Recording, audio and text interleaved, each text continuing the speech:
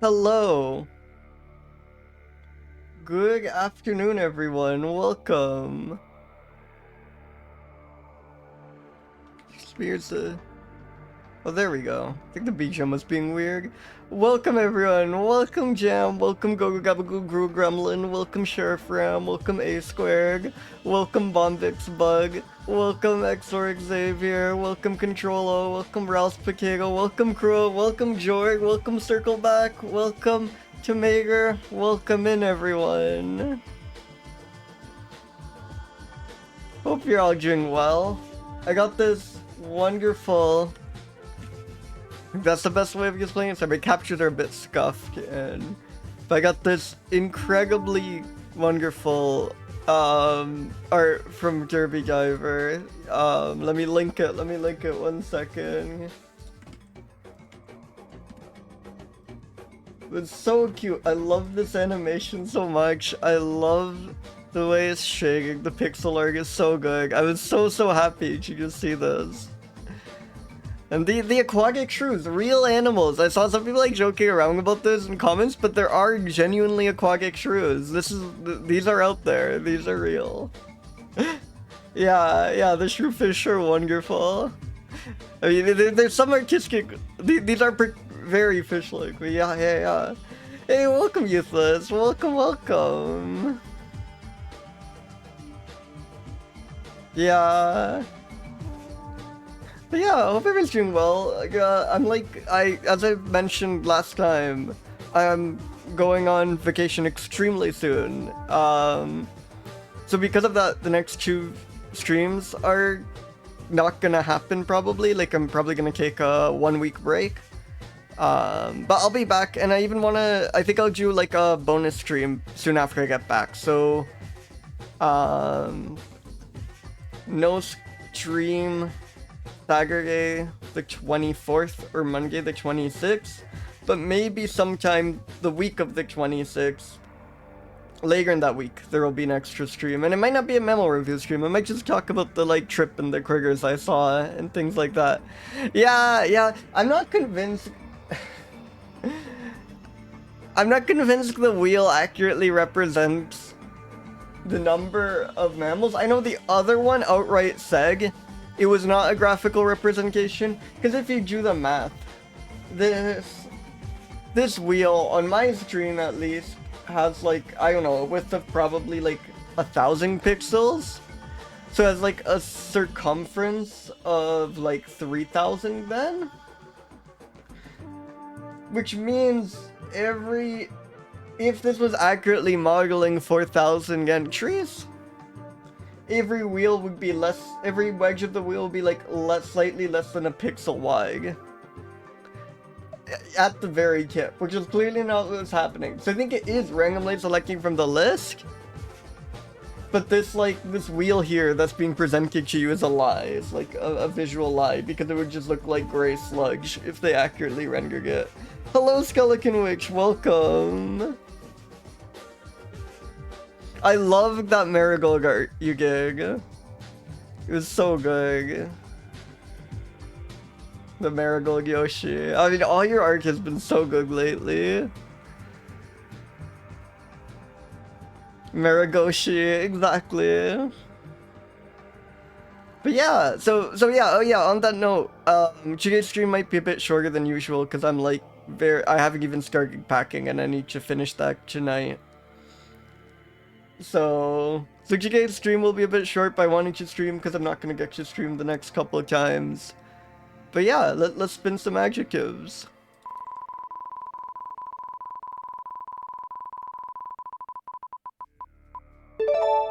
Dependent. That's good. That's cute. Sometimes we'll talk about like how helpless. It's like what? There's like precocial and allococial young or whatever. They'll sometimes talk about how like independent the babies are, or if they're like, sometimes they'll describe how they're born helpless and blind. So sometimes we'll have like very direct information. Other times we'll have to do vibes or just look up like similar animals. But I think that works. Watch the next role be independent. That would be so good.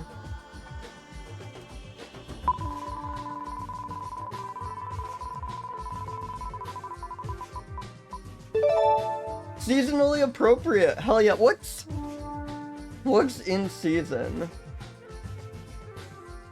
What are our how labor? Yeah, it could just be how spring theme goes. I was thinking it's like it's too late for Easter, right? We're like well past Easter.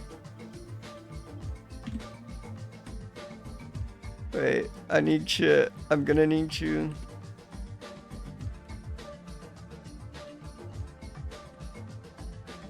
Okay. Yeah, it could just be like this.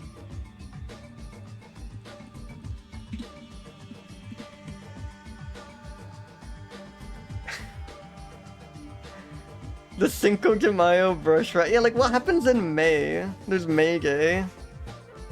Are these rodents pro-labor? Are they scabs? You know, there's some angle we could take there. Oh yeah, let me put the credit under here. All of them scabs, baby. Marigold, thank you so much! Welcome in! Man, I'm so sad I missed the Yoshi stream. I should really tried to catch that vlog, but as I was saying earlier, today has been like hectic for me because I'm about to go traveling to see the birds. And I have just been like cleaning and getting stuff organized. Okay. No, I really like the head next to the arms. I think that's genius.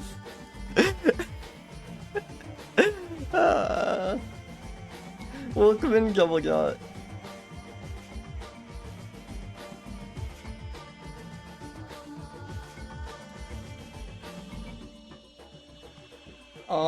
So let's roll adjective number 3.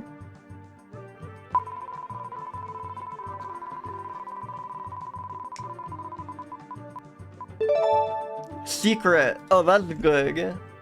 Some of these mammals are definitely secret. That's like a bit open-ended. It could be like how obscure it is, but also how like stealthy it is.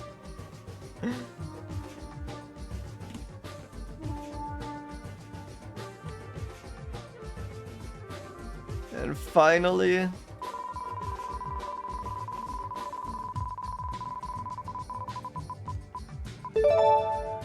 yeah, that's true.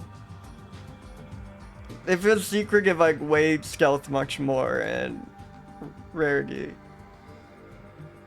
Obscurity much less. And formal. Formal is really funny. That's like purely a vibes one. Seasonally appropriate. Like if we got like seasonally appropriate during Christmas or Easter, it'd be very straightforward, right? See May holidays. But yeah, how like spring it is. Oh hell yeah.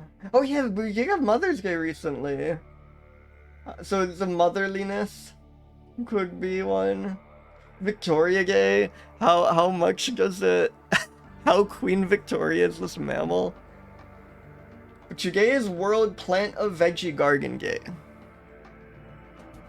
So you know that also goes in to consideration. How likely is it to plant a veggie garden?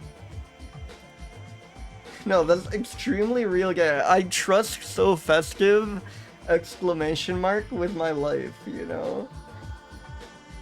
I love the fake holidays. I think so awesome. Plant a veggie garden game. Alright, let's roll Mammal 1.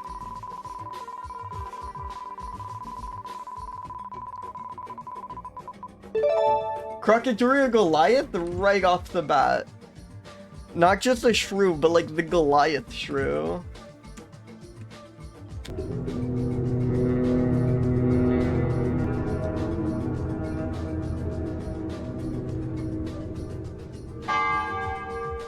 Hell yeah.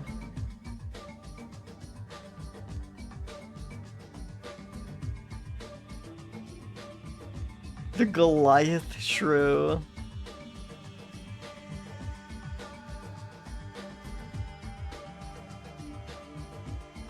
That is it just really big? For a shrew at least? That way I guess it must be, right? Like why else would you call it the Goliath shrew? Or is like extremely small and they were doing irony? It's big in Japan. Extremely large and the largest species of shrew native to Africa in nearly the world, only rivaled by the heavier Asian house shrew. Whoa, so second largest, possibly largest shrew in the world is insane. But it's gonna still be like, that just means it's gonna be like the size of a mouse, right? Well, 15 to 17 centimeters, so like 6 or 7 inches. Yeah, it is very funny to describe something that weighs 50 to 70 grams as extremely large.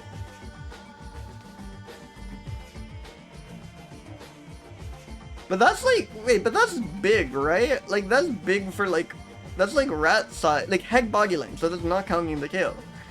That's like bigger than a rat.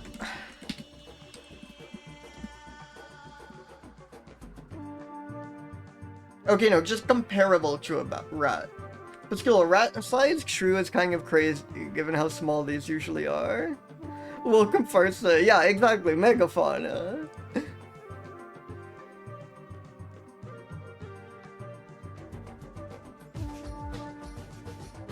Listing by IUCN as extinct, but this is incorrect? Incredible.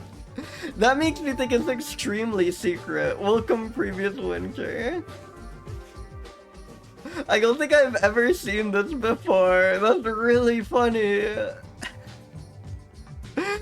Wait, but now here... Okay, but this thing I think is just often fake? Yes, least concern!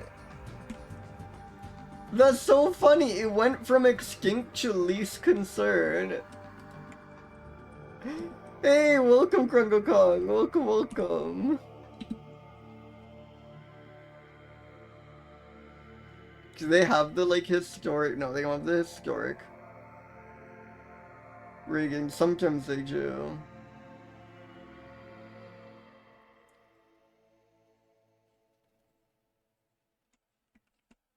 That's so funny. I used to have a moment in gig.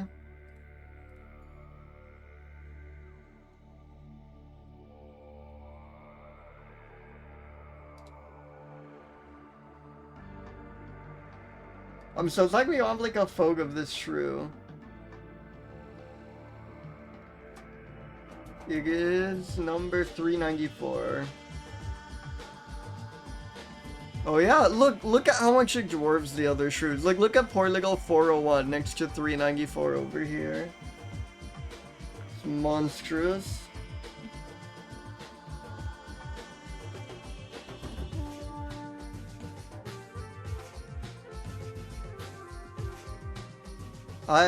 Yeah. There's at least one shrew I think you could be talking about.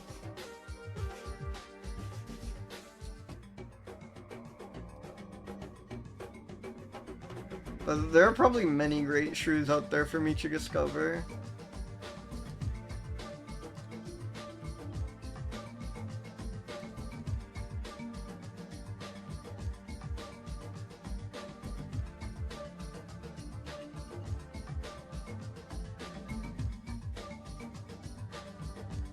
This could... I hope there's a gaming shrew out there. There so could be Gavig's shrew, right? Actually, let's do a quick check for Gavig's shrew. Because that's such a plausible shrew name, right? Like just some ecologist named Gavig.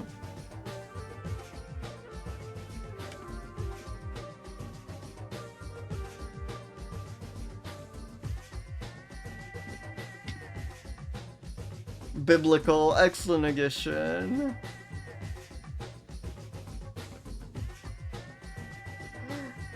Welcome, Greetra. Good afternoon. Welcome, welcome.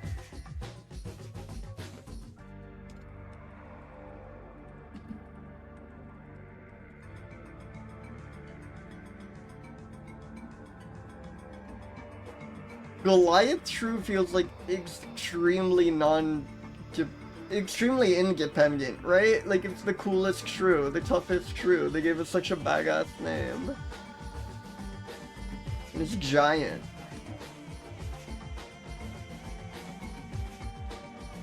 Yeah, I'm thinking like 33, maybe like 30. I think shrews are kind of born helpless. So maybe like a 62. Seasonally appropriate? I think this is more like a Halloween creature, right? It's really, this is like not gonna work. Wait, I think I have to like shift this over to the right a little bit. And there we go.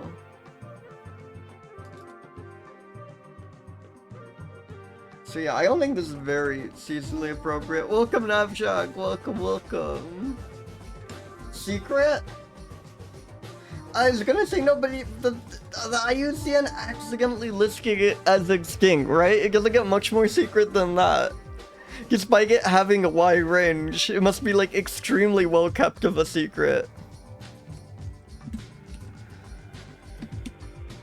Yeah, there's definitely some mystery going on. Formal? No, because like Goliath, that's like a lumbering behemoth, right? That thing is not formal at all. I think this thing is extremely, like... Well, casual's not the right word, but you know, this thing is not wearing a suit, unfortunately. Yeah, the Goliath shrew, isn't that incredible?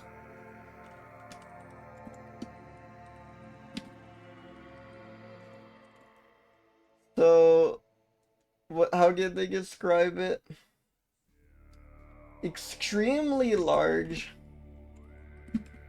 51 to 76 grams. I love that. I think it was really good pointing out that, like, combination of words. I think that's extremely funny.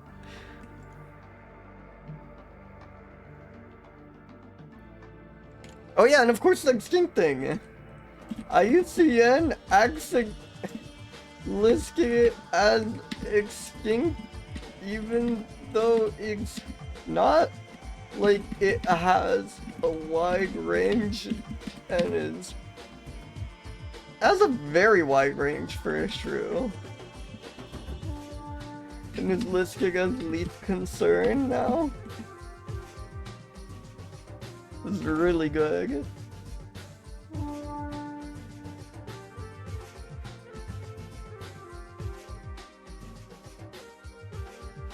Yeah, wide range for wide shrew.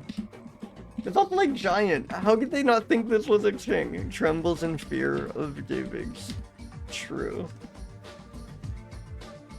Yeah. Let's spin another mammal.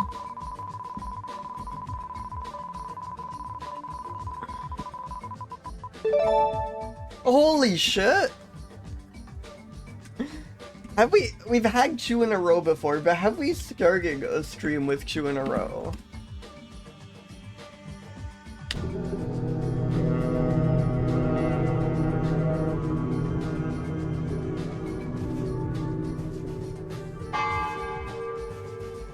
Holy. Another one that, like, for any other mammal this would be a tiny range, but for a shrew this is pretty impressive. The West African long-tailed shrew. Yeah, we still, you know, the possibility that we get nothing but shrews is still open. This, what the hell? This is a slinky. Hey, welcome, Mosey. Welcome. You must make sure something? This is like a worm or a snake. This is crazy. Yes, I think that would go hard, if you really don't mind. Thank you so much.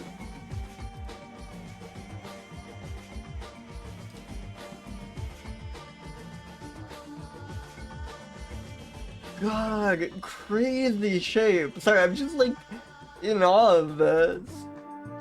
I think it's like partly just it's wet, so it's not as like puffy. Yeah, this is a pipe cleaner. Absolutely.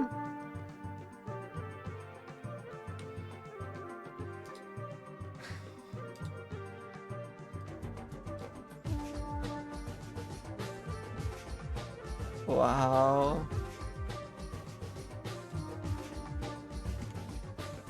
This is the opposite of Goliath's shrew. It is the most feeble looking, like, I love it.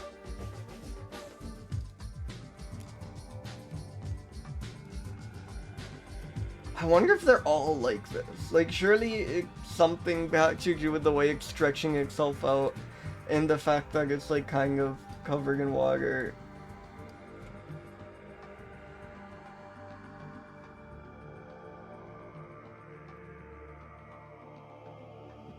Elena Relishik.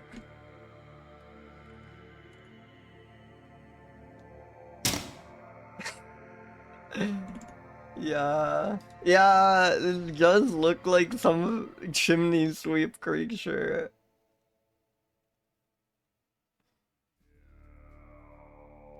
Being a shrew would kinda go crazy. Oh, this is not the Goliath shrew. Very much not the Goliath shrew. This is the West African long-tailed shrew. They just call it the mouse-tailed shrew on Shiba. Like, that's better of a common name.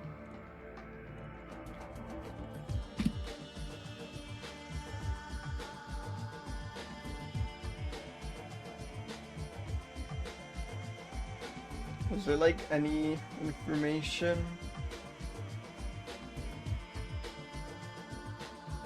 Seems to be scansorial. My distribution faces no major threats, though it is considered uncommon. That might slightly help its secret score, though having a photo hurts it, except it only has one photo, and it's kind of a photo that only begs more questions, you know? So normally I'd penalize for having a photo, but I think this might be the, like, this might sort of be an exception.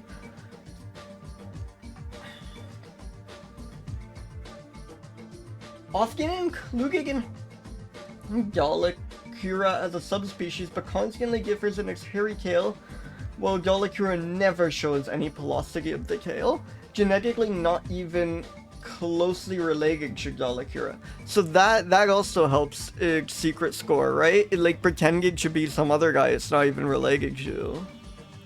Found on Mount Coffee, hell yeah.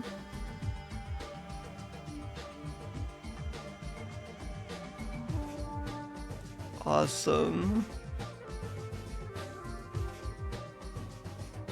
And it eats bugs, mostly spiders and ants.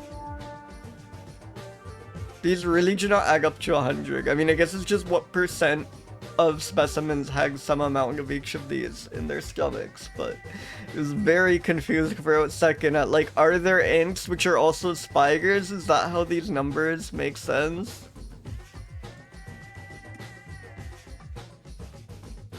This thing looks so like meek and pathetic. I love it. I think it's extremely dependent. Seasonally appropriate.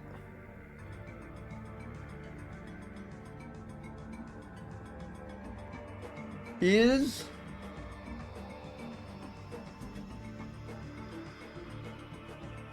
because this is a rainforest creature. So is there like a wet? Well, is it a rainforest or is it just... Yeah, I guess a rainforest. So do the West African rainforests have a wet season and a dry season?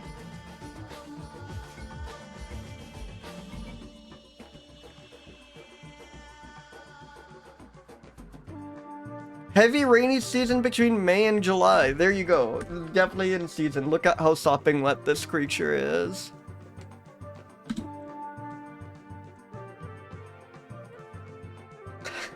I think it's kind of secret for the aforementioned reason.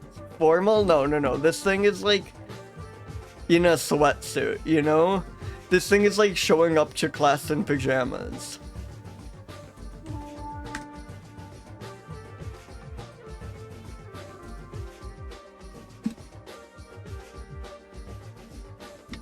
This is a worm or a chimney sweep brush or a pipe cleaner, maybe.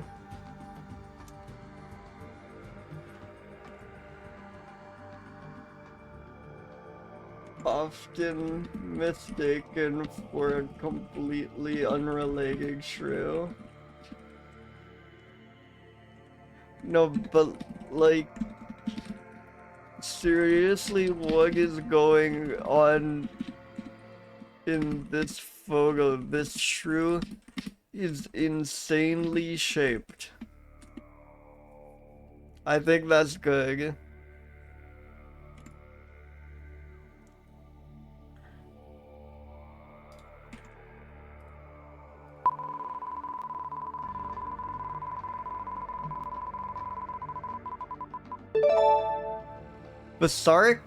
Bassariscus sumichrasti.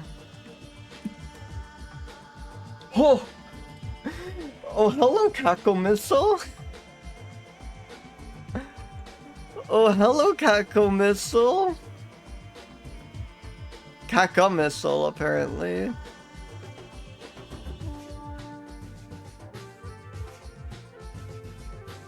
Or Cacomissile? I don't know, what's the A glyph? I know this is a schwa.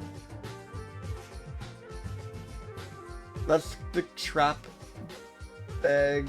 Wait, the trap and bag are different vowels for me. But bag, sang, ta. Wait, these are like, half of these are different from the other half. This is like a problem. I have the wrong dialect for this.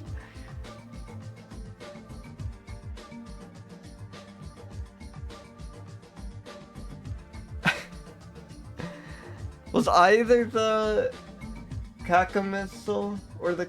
I think it has to be then the Cacomissile, because I can't put the bag one there. Tattoo. My tattoo. Okay, so Cacomissile. Also, some girls spelled Cacomixtile, which is wonderful. Highly cryptic, secretive. I know we just like secretive isn't quite the same as secret, but come on, come on. That's gotta be pretty good. So what even is it? It's a Procyon? Oh, it's like a Kawagi raccoon relative. I'm glad there are more like weird guys in this family to discover, like when we had the Kinkajou. It's like just a creature with no clear familiar analog, right? Like the closest, as like, you know, just from my North American perspective, the closest, I know Kawagis, but they're not like a super familiar animal to me. So the closest super familiar animal to this is like a raccoon, which is so different. Eats everything?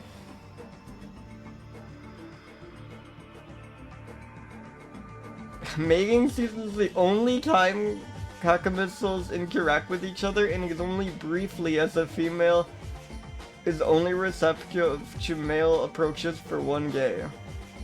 They just do not ever interact except for one day. Incredible. And that one gay is just like, fuck, that's amazing.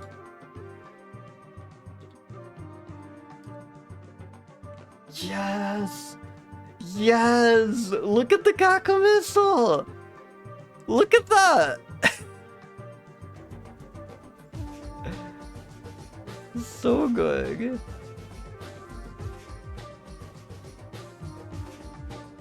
That is so good. This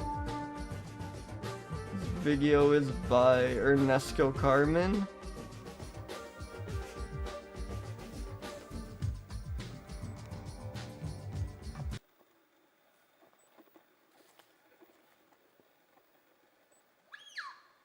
Yes! The squeak! That is so cute. Wait, sorry, let me run that back.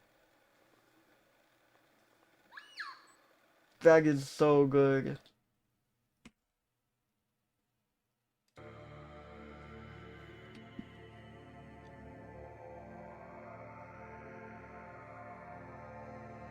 Incredible.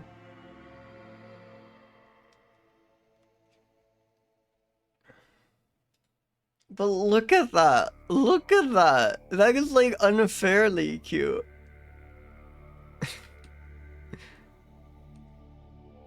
They're crazy cute. Like they look cute in the Wikipedia article, but I had no idea. Like, look at that.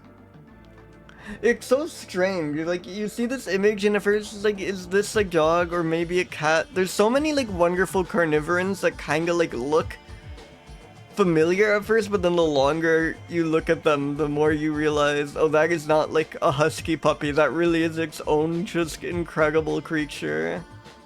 The little figure's so good. I love the grumpy expression here.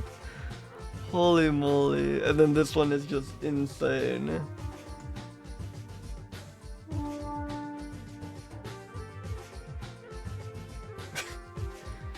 Just hanging out in the trash can. Wonderful.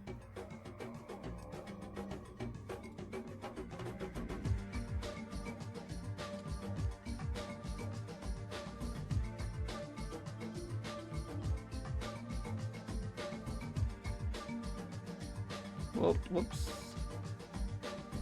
There we go.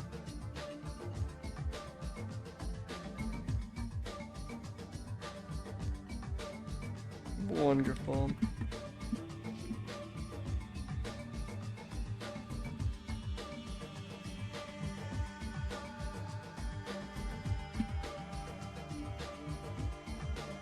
The Ctenomys.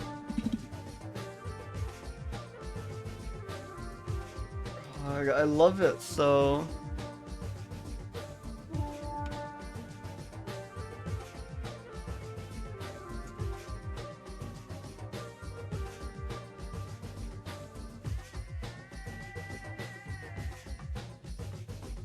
Generals figures eating roughly equal amounts of fruit and insects. They will opportunistically kill and eat very small vertebrate prey. And captive animals have caught and eaten free-flying birds. That's impressive within their enclosures. It's crazy when a terrestrial creature is able to eat, like, adult birds. Like, they should be at such a disadvantage, you know? Those things can just fly away. They have no, like, recourse for that. Hey, welcome, Olive. Welcome. Also, welcome, Lochno and Halcyon Vibes. I'm not sure if I welcomed you in, but Malive, we rolled one of your additions. We rolled seasonally appropriate today.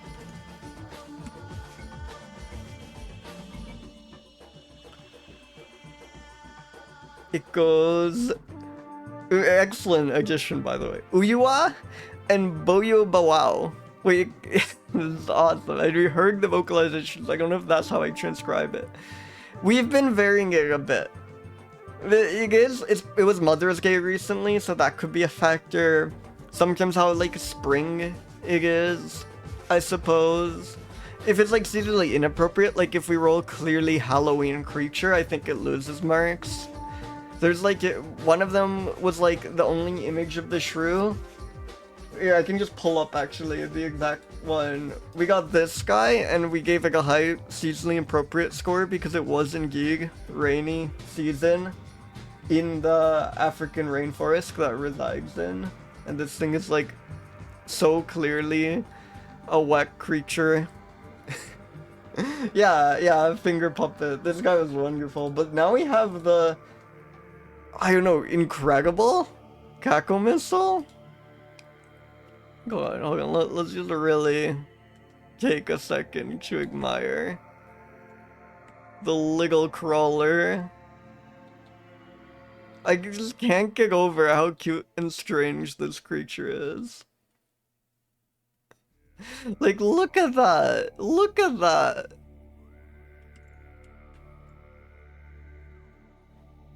I know.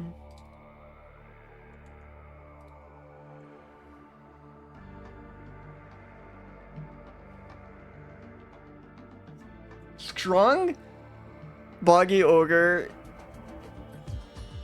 A pungent, sweaty smell detectable by humans 3 to 6 meters away.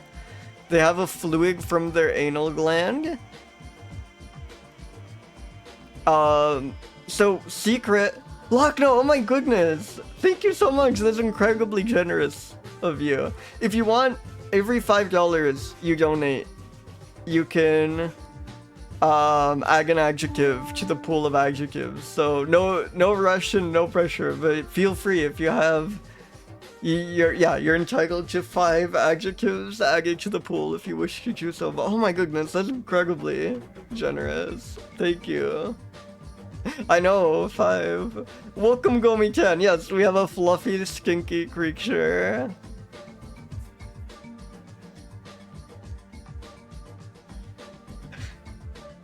Welcome, welcome. So relatable. Yeah. Let's pull up that image one more time real quick. Look at that. Look at that.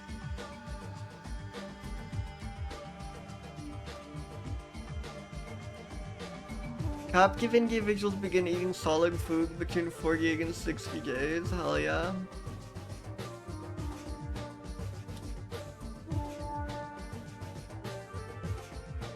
God. They're locally common. I need to see one. I need to see a Cacamissal. They're in Costa Rica even. I keep wanting to go to Costa Rica because of birds and monkeys, you know?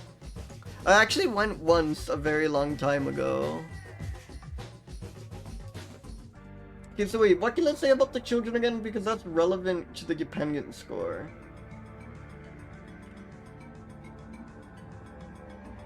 They're able to walk with a wobbly gait after 1 month, hop after 2 months, and begin climbing in about their 3rd month. I don't know how fast or slow that is. I feel we'll get like a beggar sense as we keep going on, because to be honest, like, I never pay a ton of attention to the exact time scale of that sort of thing when you roll these. I love I want to see a young walking with a wobbly gait after 1 month. I want to see one of the, like, little baby of these awkwardly walking. They have striped tails. That makes sense, because they are like relatives of the ringtail, and they're even sometimes called ringtails, which is confusing. But yeah, look at that tail situation, holy crap.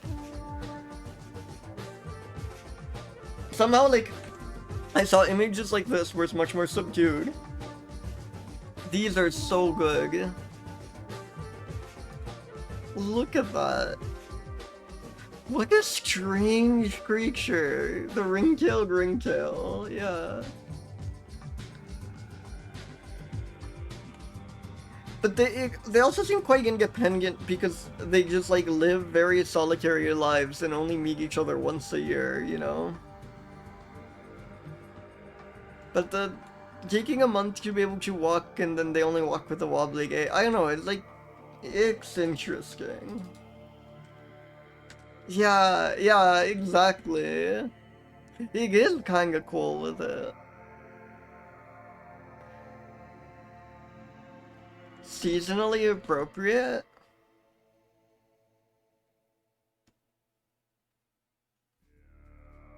Are these seasonally appropriate? It kind of has a springtime feel to it, I think. Does this influence the secret score? Because this is the most secret looking image I can imagine. This is a cryptic. This is insane.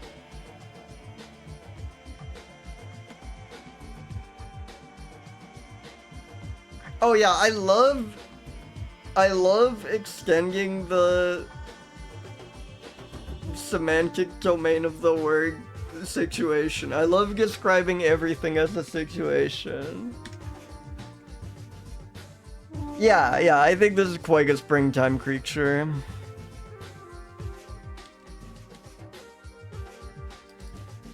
And it mentions, it like outright calls them secretive. They're kind of like their baby, and it's hard to imagine a formal baby. But they're kind of well dressed, right? They're kind of in tuxedo mode. They have a really impressive coat going on. Right? This is like, I think this is actually a very formal creature despite its babiness. Some babies get dressed in tuxedos, exactly. It does look so, it is the stealth build. So I'm gonna bump it up. I'm gonna bump it up. You have convinced me. I think it's pretty informal. I guess it's like mostly just the black and white color scheme looks very formal to me.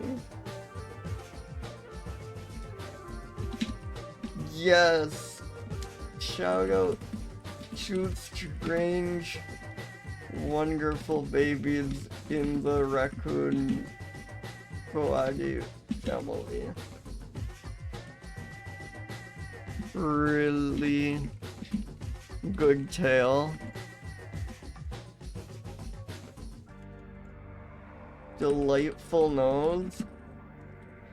They live in isolation except for like one day during, except for like a single day during breeding season where they, you know,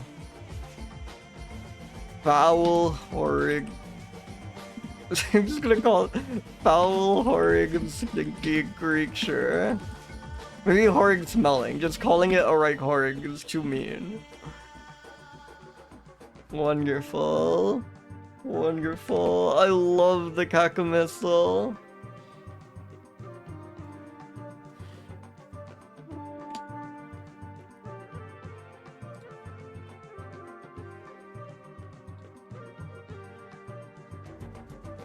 Let's spin a mammal.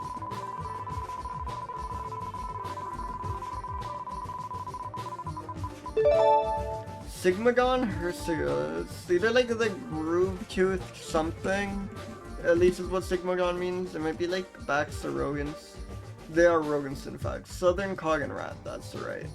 Look at that. Look at that. Look at this sphere. Look at this ball. It's kind of giving Voltorb, you know? Wonderful.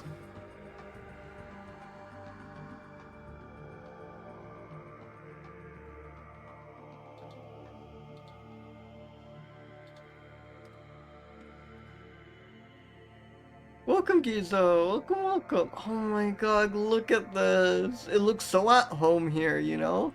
So this is giving fall time more than spring. I mean, I guess that's just when that one image is. But I just said it looks so at home there, which makes me think this is a fall time creature. Like it belongs in the like brown and orange and gold leaf flicker. Oh my god. Oh my god, look at that. Look at that. Look at that. It's so baby.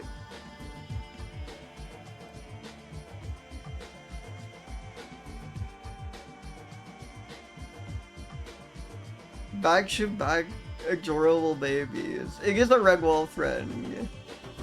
I would so hold this, yes.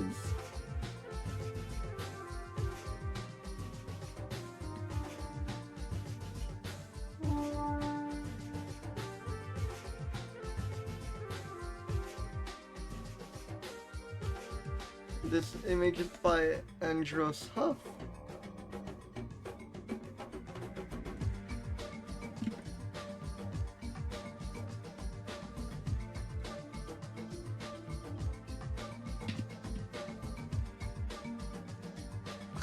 This image gives such dependent vibes, right? Like this thing needs to be spoiled, you know? It needs to be coddled. Because it could not survive for a second on its own. They're so cute. Look at this image, look at the muncher. I love how happy it looks here.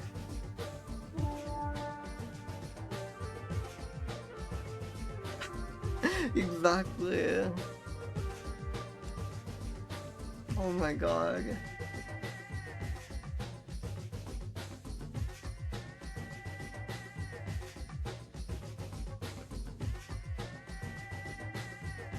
Look! Look at it peeking up. It's kind of full with it. Like, the ears are a little big. I guess rag is crazy to me. This is not like at all to me. Like, the ears are so round. It's so round. Oh, excellent. Thank you, Lochno. Wonderful additions.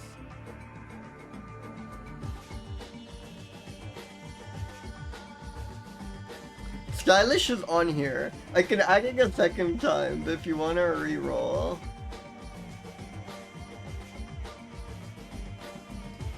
Feel free. Inventive is not though. It's a great addition. Skiggish, let's see.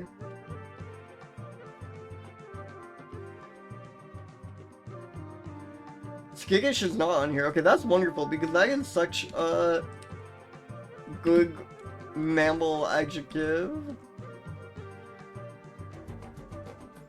Hunting.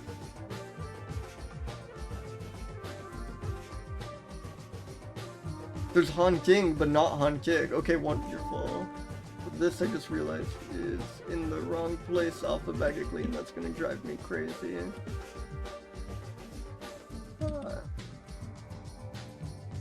Because hunting and hunting are very different, you know?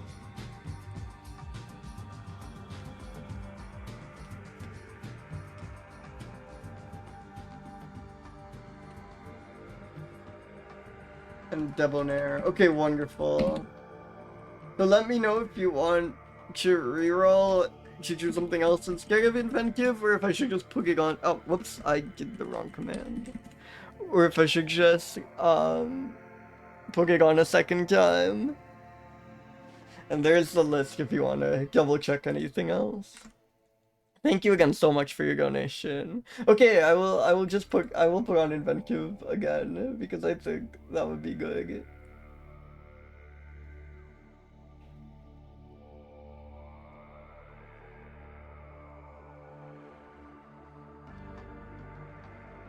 Or stylish again. Sorry, stylish was the one that was on here.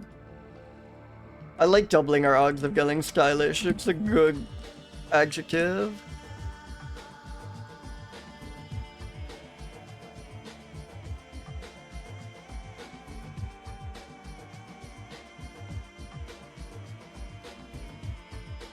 Like, it's so cute.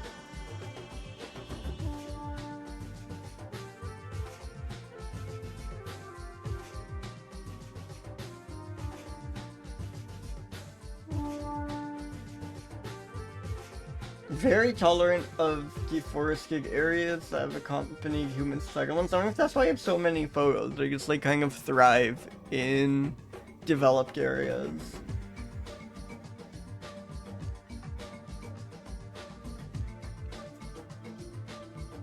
Active day and night. Love to have the unit Coggan racks per hectare. Oh, maximum density is in the autumn, minimum in the summer. That also points to maybe... Wait, I just realized something. We have a cheat code. We have a cheat code for in season. Look at this. Look at this. This is the cheat code for seasonal appropriate. So May? Wait a second, May might be extremely seasonally appropriate. I mean, small sample size and like not the least biased data in the world, but it is very funny that we do have seasonality charts for some of these creatures. This will only work with ones with like a number of observations, but you know, that is quite fun. You guys kind of maybe a kiwi fruit. It's the exact same coloration. So yeah, never mind then. Maybe it is kind of seasonal.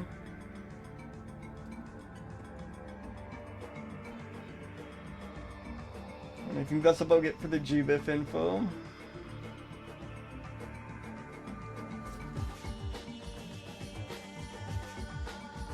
Yeah, just vibes-wise, you look extremely dependent to me.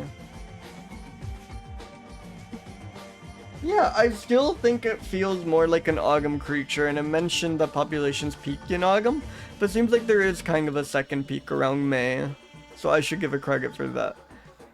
Secret? No, they like live near human settlements and stuff. They seem to be quite well known. I don't think this is secret. Formal? No, this one's just baby. This is not tuxedo baby. I can just keep that yesin. Spherical arrogant. It's so baby.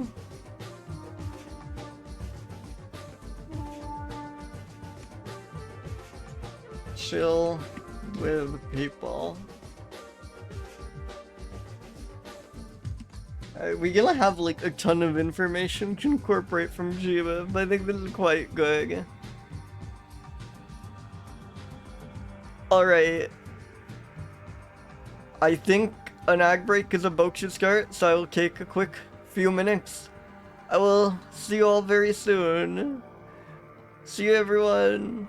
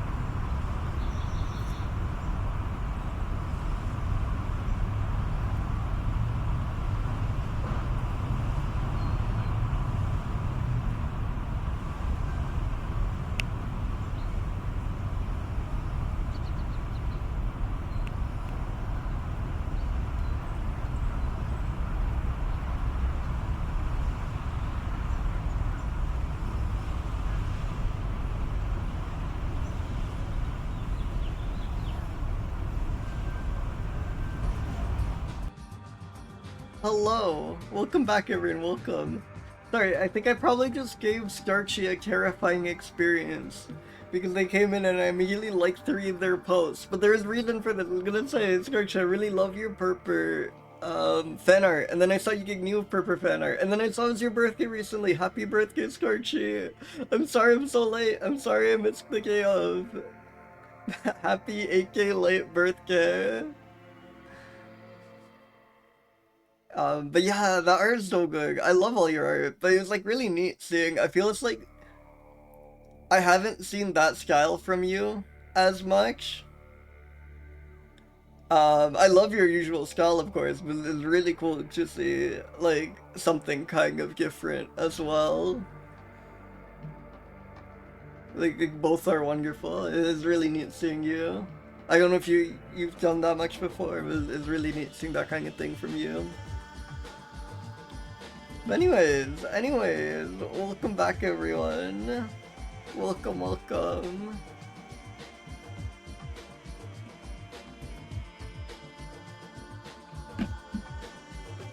Let's spin another mammal.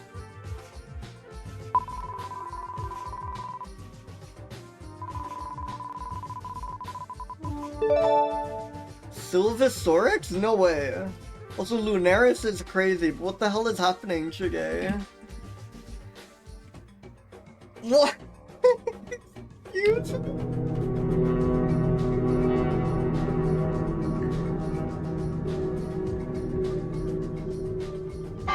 Moon forest shrew? Moon forest shrew?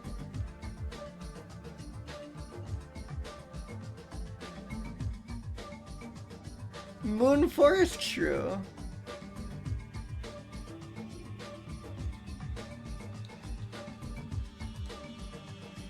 Whoa, and then Inaxos just calls it the crescent shrew.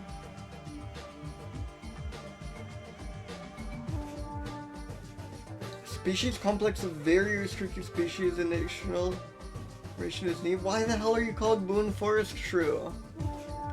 Moon forest shrews are terrestrial. No, they are not. They are lunar. It's right in the name. Insane.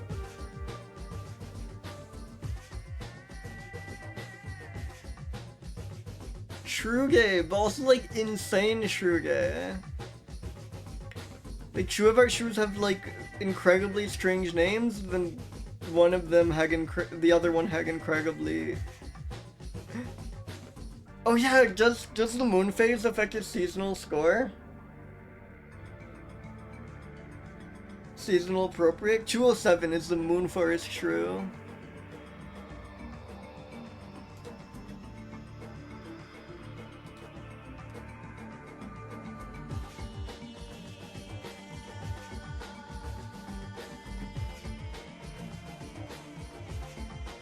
Once it loads.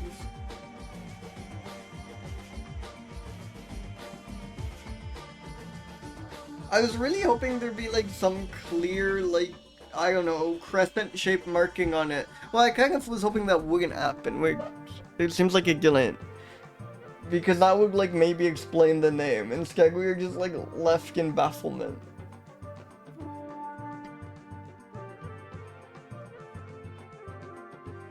The moon forest shrew. Okay, I'm gonna Google.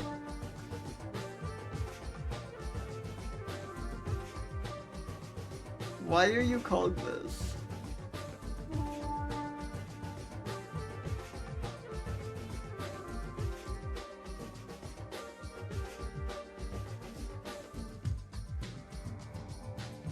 Why are you called this?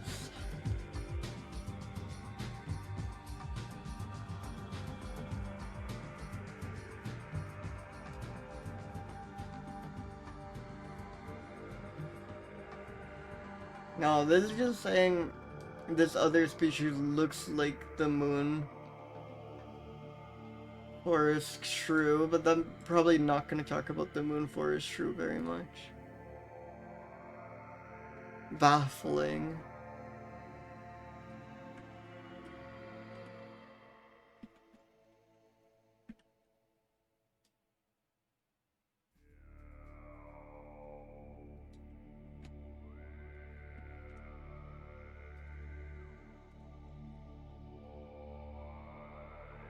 Yeah, but also I don't think it's a moon forest thing. Like, it's wonderful to imagine this is bracketed against the moon forest shrew,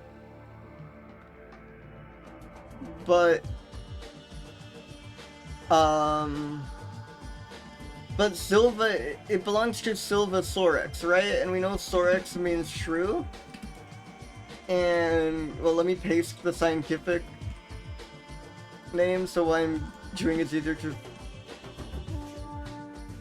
follow. There's Sylvisorex, right? Sylva means forest, Sorex means shrew. So presumably the genus it belongs to are the forest shrews, and this is the moon forest shrew, if that makes sense. Yeah, that would make sense, except then its name would be like Moony or something. But no, it's lunaris. It's Latin for moon, which means they are talking about the like noun moon, not a proper name moon. It's also... They also have the alternative common name of crescent shrew. I feel like it must be some like moon-shaped marking or something. Or like teeth are kind of, I don't know, some like thing and then. But I kind of love it being a mystery. God, this is gonna get such a good They look like this. Welcome, Nimmer, welcome, welcome. Yeah, but I don't think... Well, isn't that in the right place?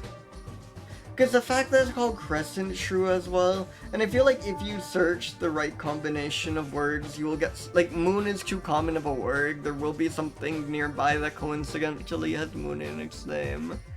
Plus, these aren't like montane creatures, right? They're living in the bush and grass bush. That could be true. That does happen with some shrews, I think, because they're active day and night. Oh no, it does specify montane, but then it says they're significantly less common in montane. And they're in... Wait. Are they in Western Uganda? Yeah, they are. Maybe against the Rwenzori Mountains. It's just so weird then that the other common name is Crescent, right?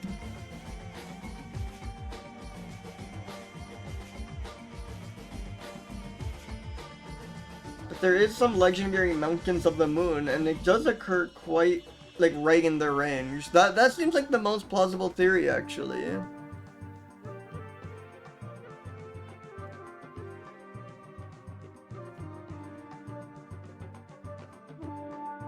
Oh yeah, and people were like doing expeditions in this region in search of the legendary Mountains of the Moon.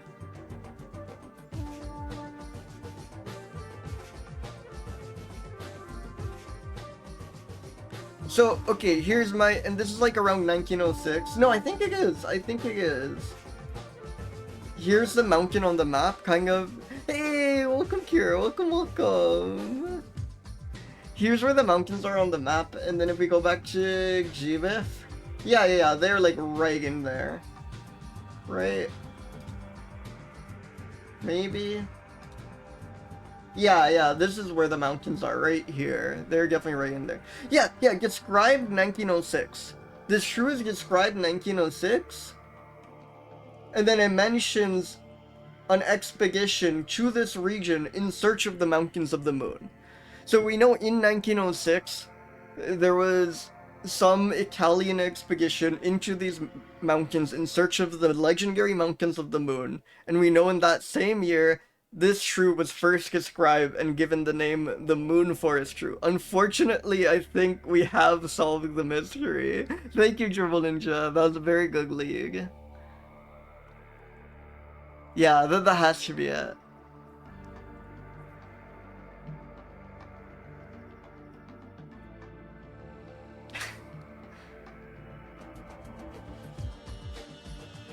That is fun. That is very fun.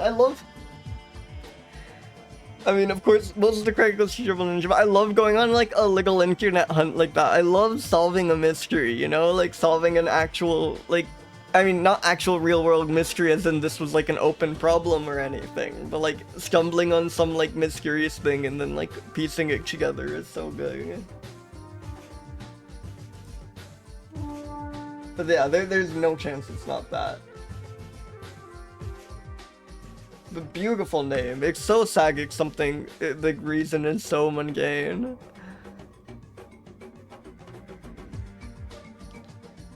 So dependency. I think shrews are fairly dependent.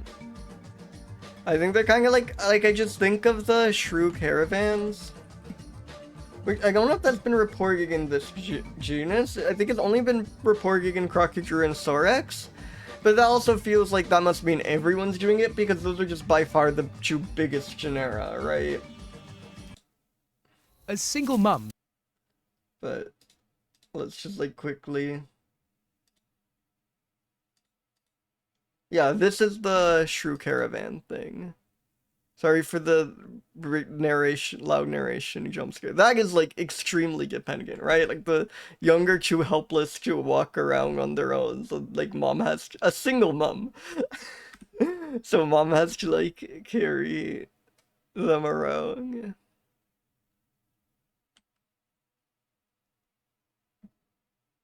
I'll go like 205 even. Seasonally appropriate, we need to check the moon phase because these are called the crescent shrews and the moon forest shrew. Waning gibbous. It's not crescent, unfortunately. And also feel spring isn't the moon forest season, right? Moon forest sounds like very, I don't know, like winter to me. Maybe fall. Maybe you can make an argument for fall, but definitely not spring.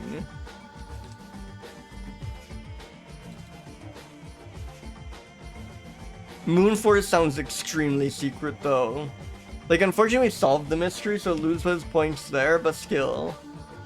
And yeah, it was like, we found these while looking for some, like, legendary mountain. Yes, okay, so it's confirmed. It's confirmed then, Never. Thank you. All we noticed is that there was an expedition during that time in the same year as the mountain expeditions, but it's good to get confirmation that it is in fact the same expedition. I thought like probably had to be because like too crazy of a coincidence otherwise. But nice to good to confirm that the holotype is in fact from the expedition. Okay, it's like certain then, that must be it. Yeah, I think Moon Forest just like gives it an air of like hoity-toityness, you know? That like makes it sound, it's not like Drog's dumb fat shrew. It's the Moon Forest shrew. That sounds so much more dignified, you know? So I think these are quite formal.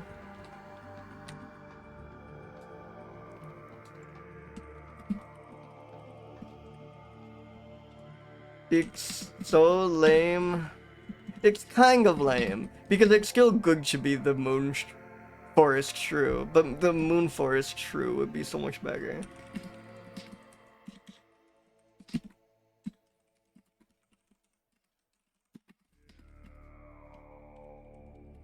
I just love to imagine. I really want to imagine a moon forest. Okay.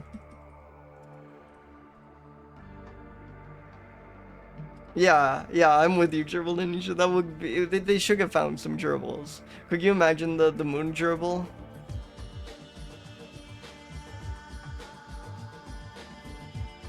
Yeah. Okay, so we did like an investigation, and there were these mythical moon mountains, which were thought to be the source of the Nile or something. Lake Victoria ended up being the source of the Nile, but also the question's like slightly more complicated because there are also like several smaller sources that feed into it, right?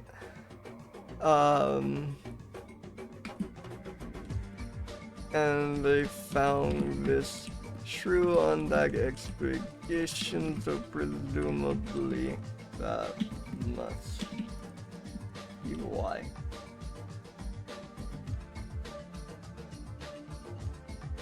Wonderful.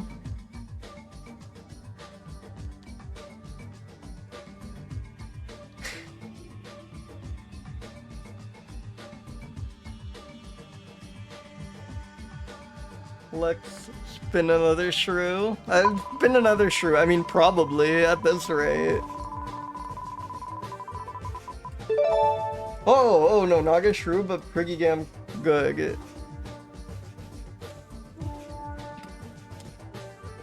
The boogig macaque.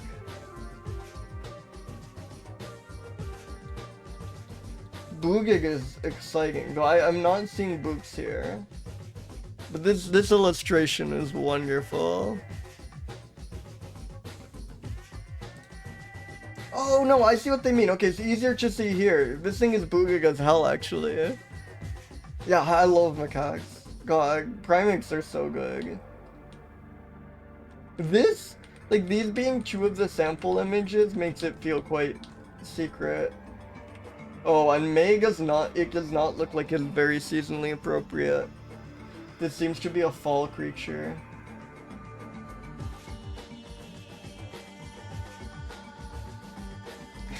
It is kind of burnt marshmallow. Extremely true. They're so good.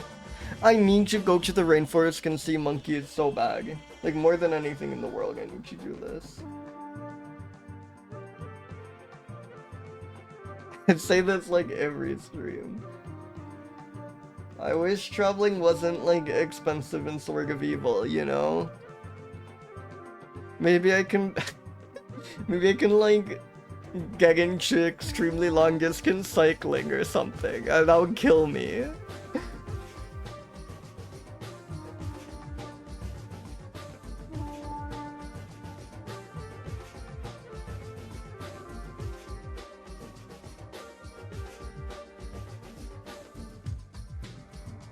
That is kind of the, like, monkey's paw is not the right word, but I don't know what the right word is, but the fucked up part about these streams is they have simultaneously, and like just getting into wildlife and creatures in general, is that they have somehow perfectly simultaneously made me want to travel so much more, and also feel so much more guilty for, like, flying anywhere, you know? It's horrible. The shrew's paw.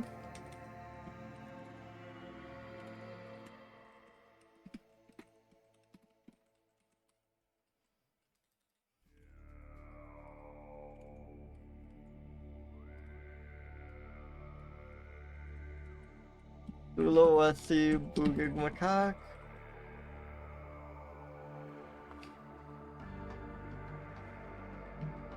Whoa, they hybridize with chunky macaques. Hybridization is always so cool.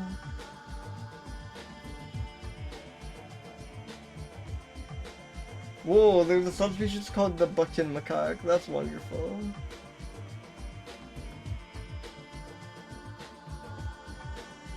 Of course they eat figs. They eat figs in Kapak?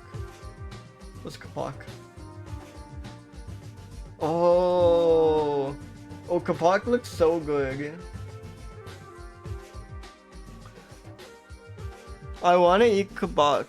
Kapak? I don't know why, but this looks like, yeah, exactly. It's like cotton candy. It's like,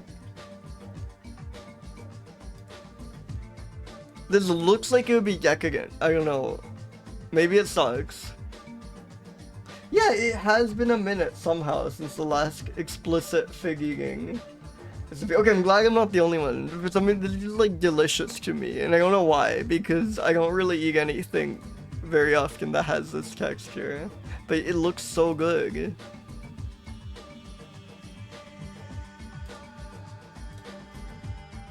Hey, welcome Valerie, welcome. Yeah, it does kind of look like popcorn. It just looks so treat. This looks like it'd be such a treat, you know?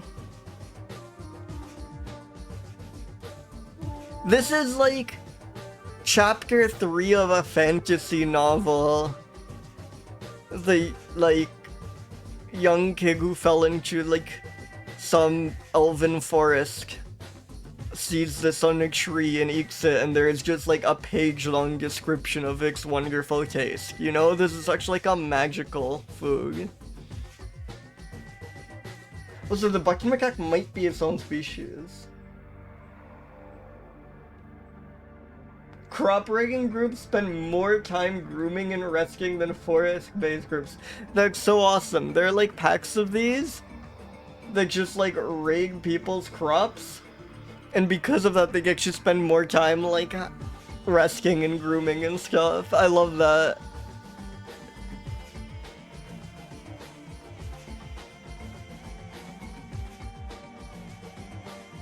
That is the life, a crop ragging boogig macaque.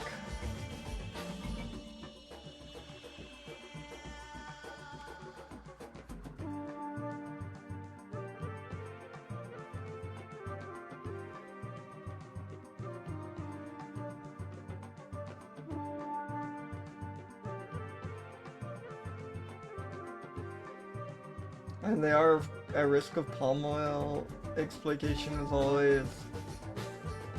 Fuck. Dependent?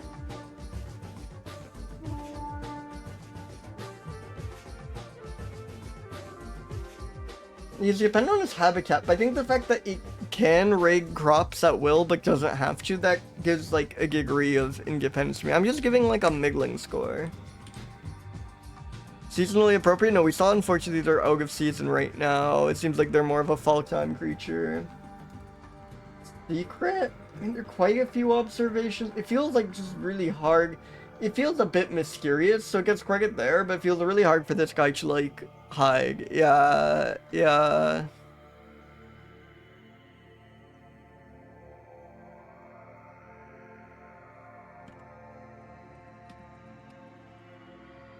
Well, I don't know if I'm familiar with Ice Cream Bean, but this looks so good. Looking up Ice Cream Bean. It's crazy that something like with this texture comes in something like this doesn't look like it belongs in this pod, right? This looks but like it should have some like brown nut looking shell that you crack open. It seems so out of place here.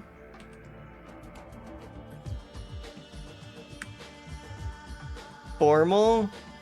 Yeah, kind of. It looks like it'd be wearing like a nice button up, like, you know, casual workwear. It looks like a like casual office wear monkey, you know? Yeah, no. The like personality, the like humanity in like some monkeys' eyes. I guess apes, or no, gibbons are apes. Macaques are just old world monkeys. But I feel the closer you get to us, like old world monkeys, absolutely. Oh, they rely on cultivated crops when they switch into. Okay, so maybe they are a bit dependent.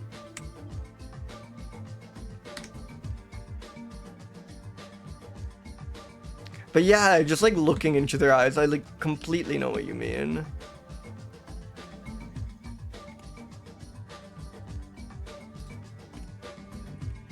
They eat figs, of course, and kapak.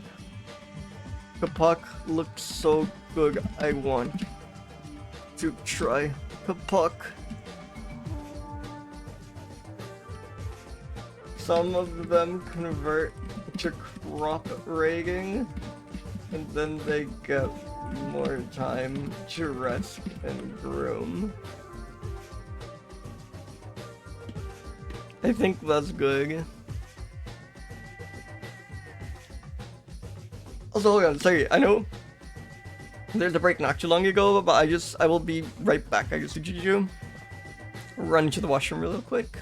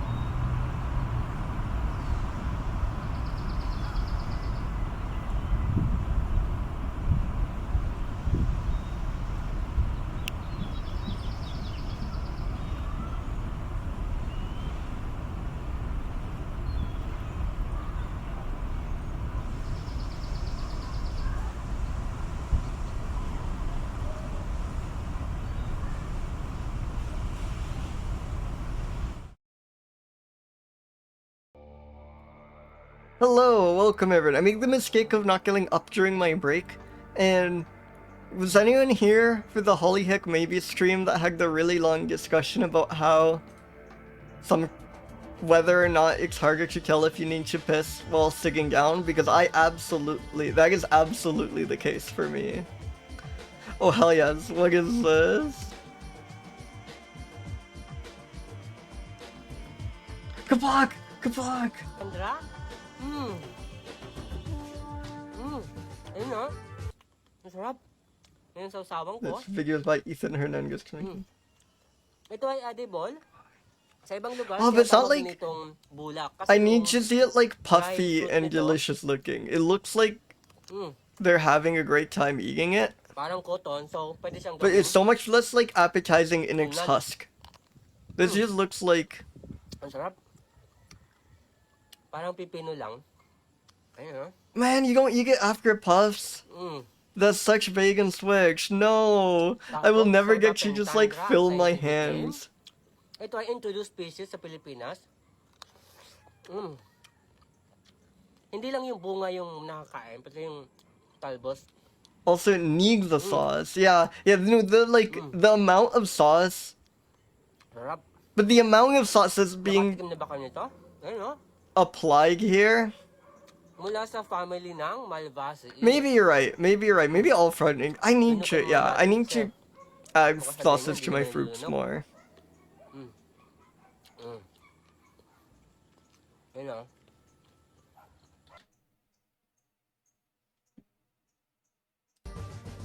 I should get like, or just make. I should like.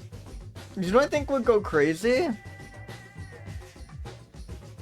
Dipping fruit in like honey with some like chili flakes in it or something. I think like honey and spice is a great combination, and I think that could go kind of crazy with some fruit. I love like, yeah, I just love like hot honey in anything, but like buying hot honey feels so stupid when I imagine you can just like mix honey with chili flakes and more or less get the same effect. But like a apple slice just dipped in like, well, I'm thinking of like, you know, classic Rosh Hashanah treat of apple dipped in honey. I think that would kind of go crazy with some added spice. I just like really like sweet and spice as a combination. Like I loved like spiced hot chocolate so much. This like ice cream shop near where I grew up had this like chili and dark chocolate ice cream, and I was so skeptical, especially because I had once had spicy ice cream before, but it was like way too spicy and it just tasted, I'm good with spice, but just tasted gross to have ice cream that was that spicy. Like it just ruined the appeal of the ice cream for me. But this one was like really well balanced dark chocolate with like chili, and it just tasted so good. Spicy sweets are so good. Spicy chocolate goes insane, yeah.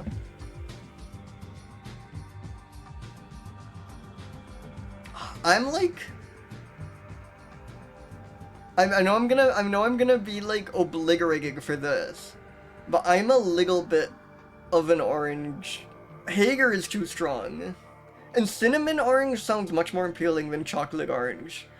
I know everyone loves chocolate orange. I know I'm gonna have like 10,000 bricks like scream at me about the joys of a curious chocolate orange. Yeah, I know. But chocolate orange, I am not into for whatever reason. I do not have the chocolate orange gene. But actually, so I was saying that, but like cinnamon orange is intriguing to me. I've never had that flavor combination. Sorry. Everyone is killing me. Everyone is roasting me on a pyre.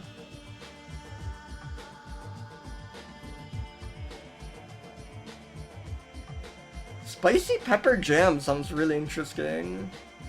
Yeah, that's my other thing. I think I just haven't had a really good... yeah, I rarely eat straight up oranges, but I went on my fruit rant before where I think until you get into a fruit, it's like hard to find the good ones and you're bad at this. For some reason, I was never a huge orange person, and I think they're just kind of messy, and they're like fruits that are much easier to eat, that are like, I like much more, and I don't like getting the smell of oranges on my finger. That's a really weird pet peeve.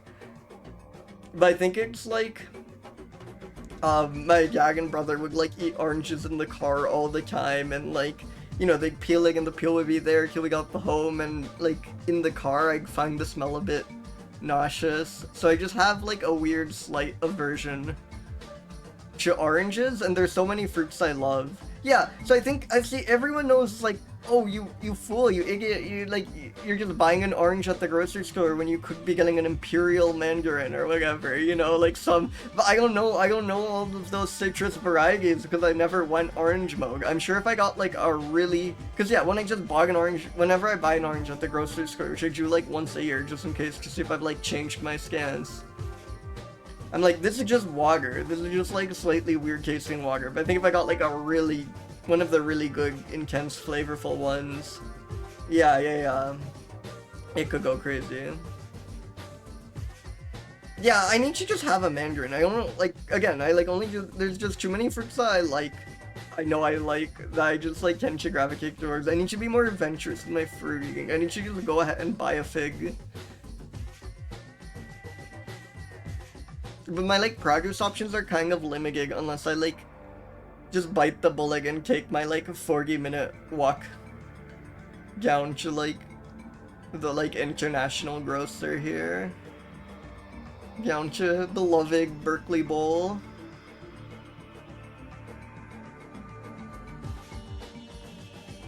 Yeah, but I think this is kind of a universal truth of fruits. I think I went on this rant like maybe literally last stream, but I think for almost any fruit, the gap between a mid one and a good one is giant, and I think a lot of people's like fruit opinions are just informed by whether they've had like a really good ripe one of the right variety.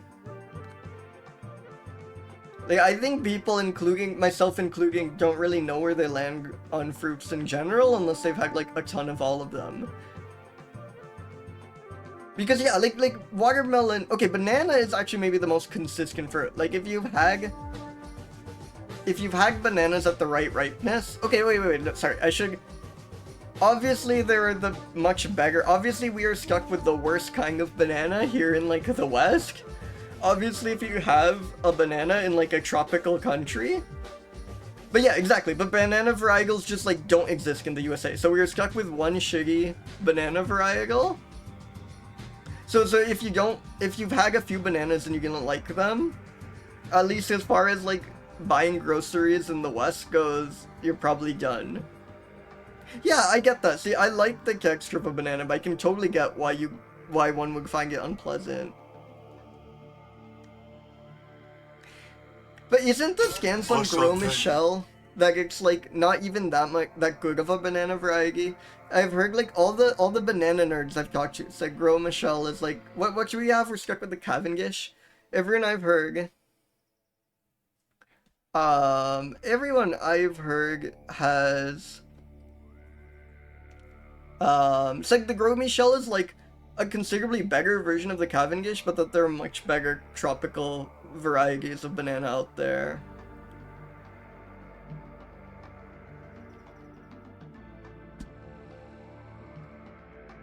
Yeah, I like that's what I was gonna say.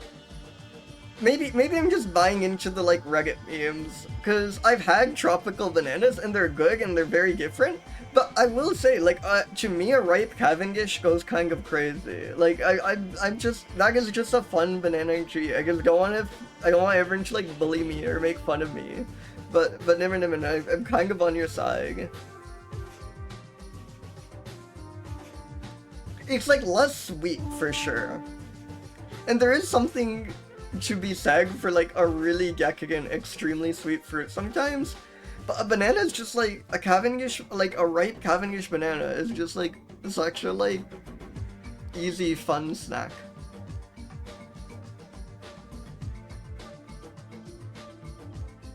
I like plantain based foods quite a lot. I don't know if I put them in like S tier.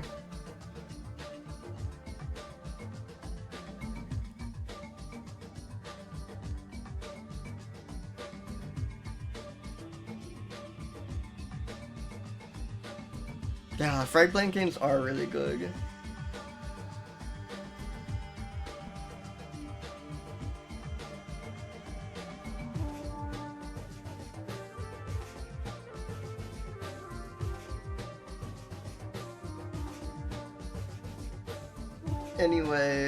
Anyways.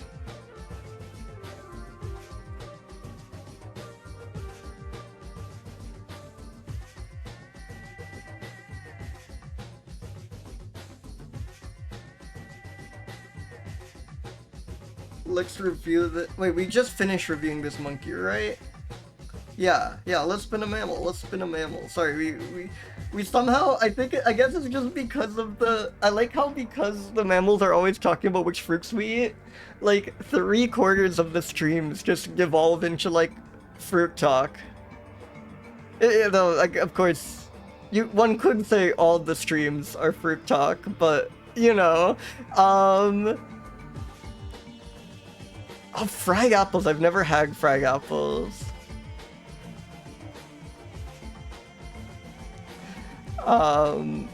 But yeah. No, it's funny because like I like fruit, but I feel like you could definitely get like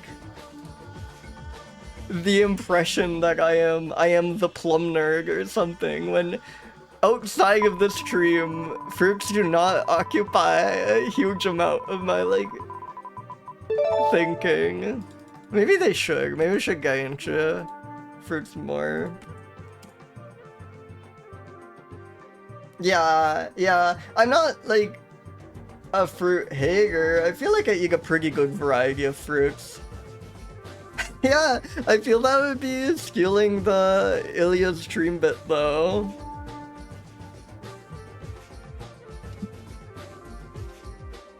I feel like I might get copyright struck for this. She's done with it? She's reviewed all the fruits? Wonderful. Red brown pipistrelle.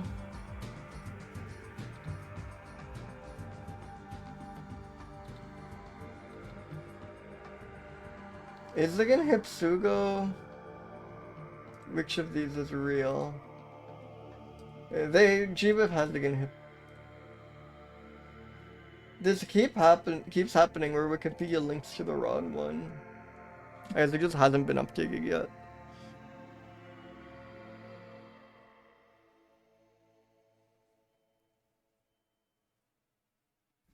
Virtually nothing is known regarding ecology and threats of the red-brown pipistrelle. Incredible.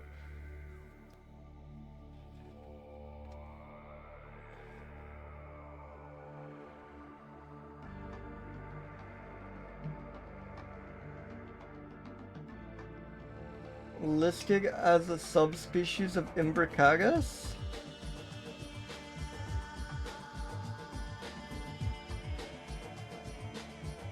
Whoa, mysterious fruit.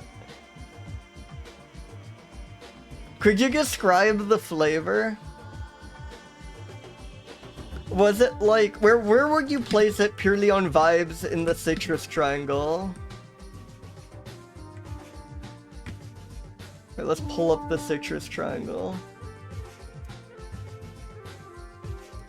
There's even an illustrated citrus triangle now, incredible. Sorry, young station go one stream without pulling up the citrus triangle challenge.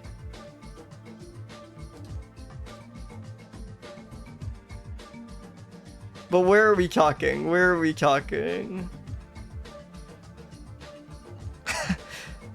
I suspect it's not lime. Is that what pomelo is like? Oh, that does sound like what pomelo is like.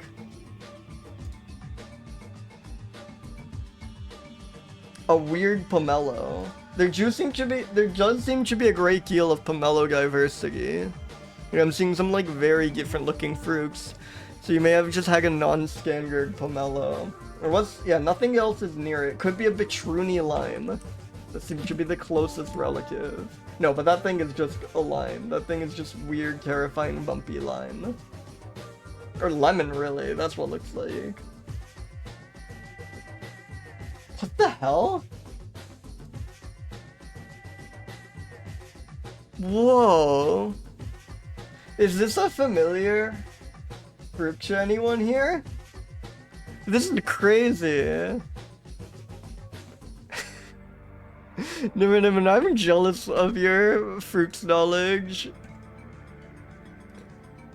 This is like an alien's eggs, but it does look delicious. Finger limes, oh my god. Or caviar lime, wonderful name. Hell yeah. I need to get into like fruit YouTube. They are from Australia. I loved some like, there were some like ice cream places in Australia that had like local fruit ice cream flavored, and I had Waggle Sieg. I bring this up all the time because I had, how should I spell Waggle Sieg? Is it with an A? Yeah. I had Waggle Sieg ice cream and it was delicious. It was this like chocolate coffee kind of flavor, but like different in a way that was so good. If you ever have the opportunity to try like anything with Waggle Sieg in it. I am a big Waggle Sieg enjoyer.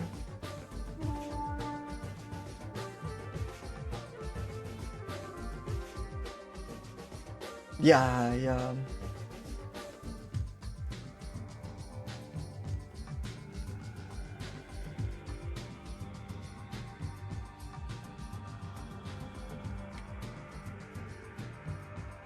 So the red brown pipistrelle is 107 on here.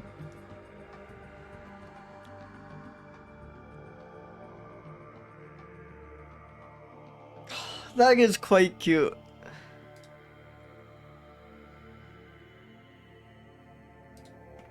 Look at that smirk. Wait, I'll pull up. Sorry, as always, we have to wait like a million years. Oh, I love cheese.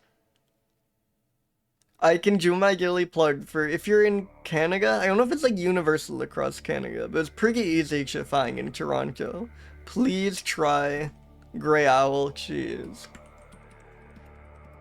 This is my favorite cheese in the world and it's Canadian, so I can never find it here in the US.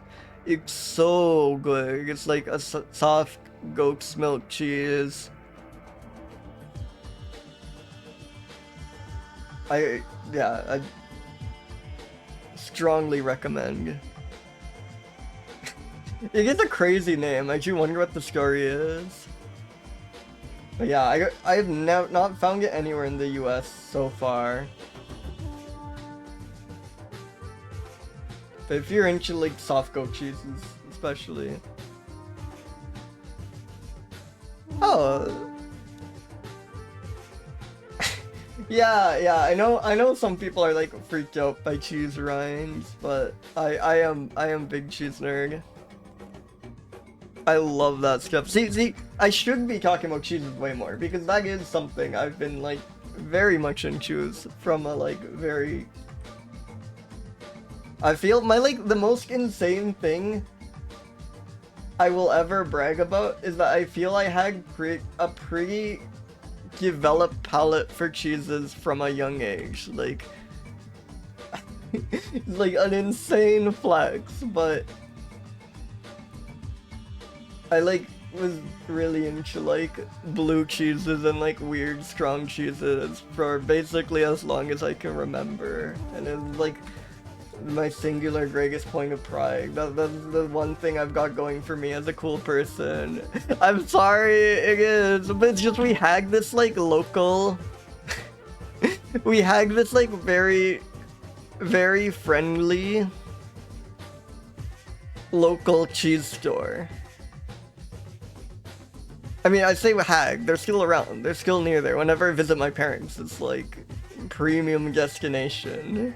So like once a week we would buy a like fun cheese from there, and yeah, that was awesome.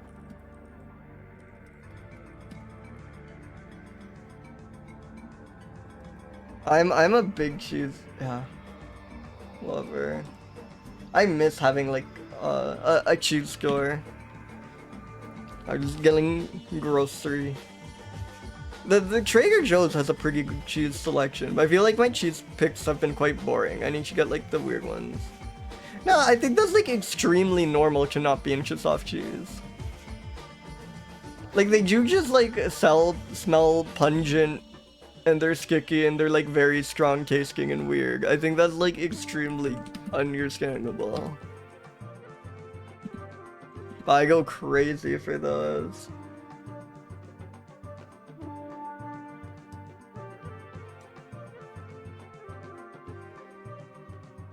Yeah. Sometimes if you buy cheese in bulk, it's not too bad. Like if you're just like willing to buy a big block of cheese and you go to the right place, it's not too bad. It is like by far the it's probably like the biggest, the most like disproportionate part of my grocery budget is cheese. Like I eat very cheaply otherwise. Like it's my like grocery store indulgence.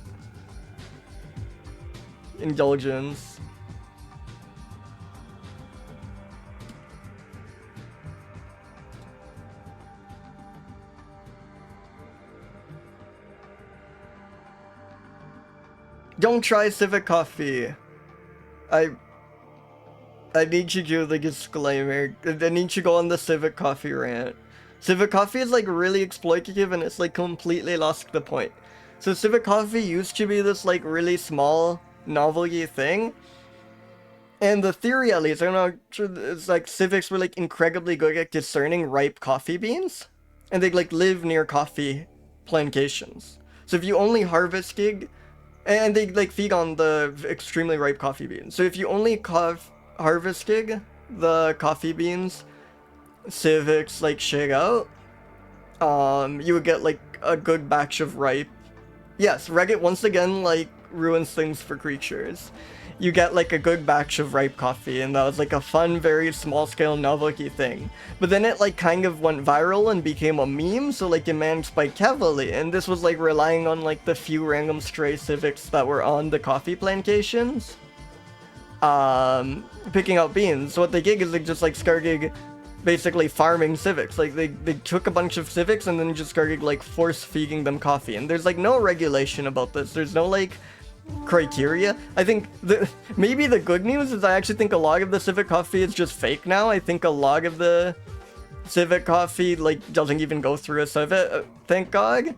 But yeah, they just started like force feeding these Civics, which is like both like incredibly cruel and evil, but also like completely misses the point, because it was never about something special. The primary thing was never about something happening to the beans through the Civic's digestive tract. It was just that they were incredibly selective with their beans and incredibly good at detecting like ripe coffee beans or whatever. Like, they just had a very good sense. So like simultaneously became incredibly cruel and kind of yeah, Mummics bug. But it's like, it's also like, it just like lost, it even like lost the part that was supposed to make it better coffee. Like it's not just like a cruelty thing, it's also just like pointless now. Yeah, they should have just price hiked it by like 50 times and still sourced it like that, which is probably what would happen if there was like some certification process where they were like, hey, these beans were like properly harvested the way they're supposed to be.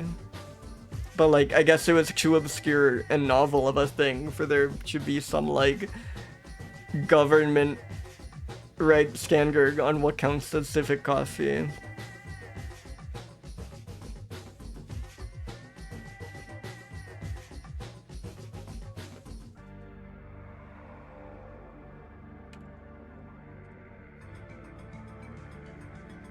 And again, I don't know, there's like no information about these bags. They're very cute.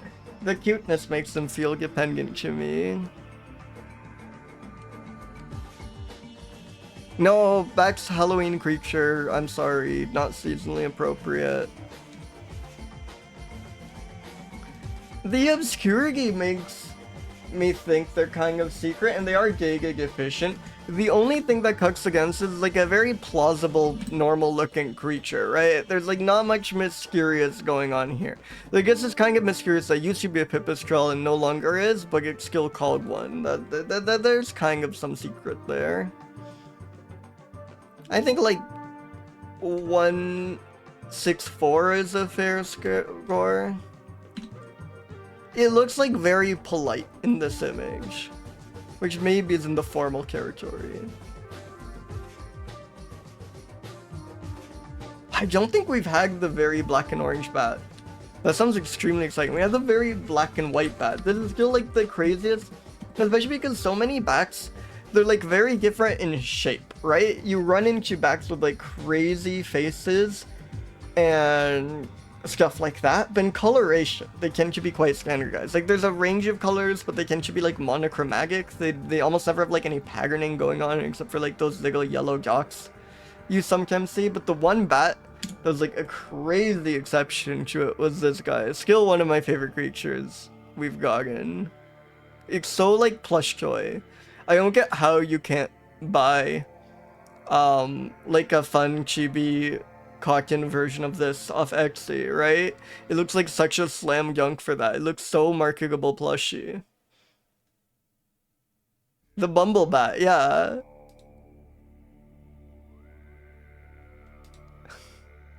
I love this guy.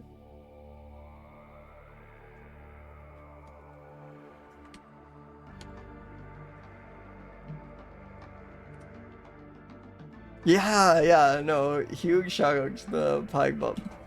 I should do this more. I should like pull up legends of the former streams more often.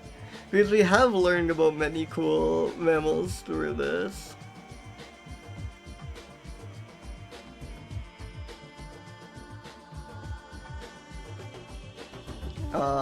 What do I have to say about the red brown pipistrelle? It's a bat. Looks friendly enough. There should be a cool mammal game. That's actually a pretty good idea.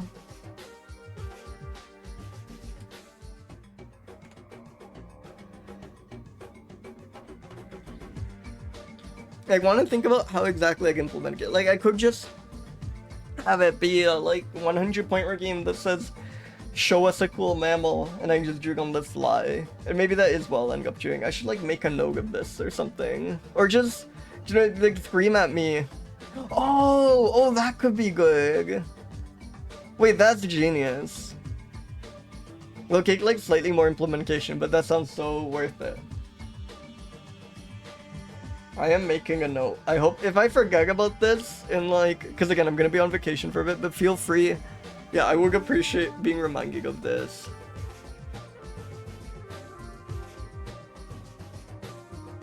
I'm gonna pin this in my notes app. Very rare thing for me to do.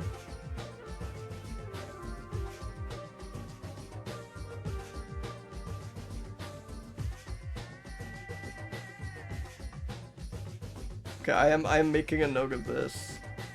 Excellent idea.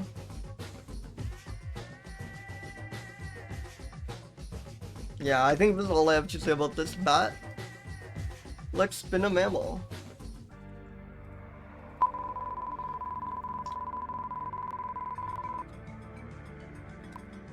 Ah! Planigale. Wait, Planigale is good. Sorry, my tabs. My tabs. Young's one drowning in tabs. Planigale was like good.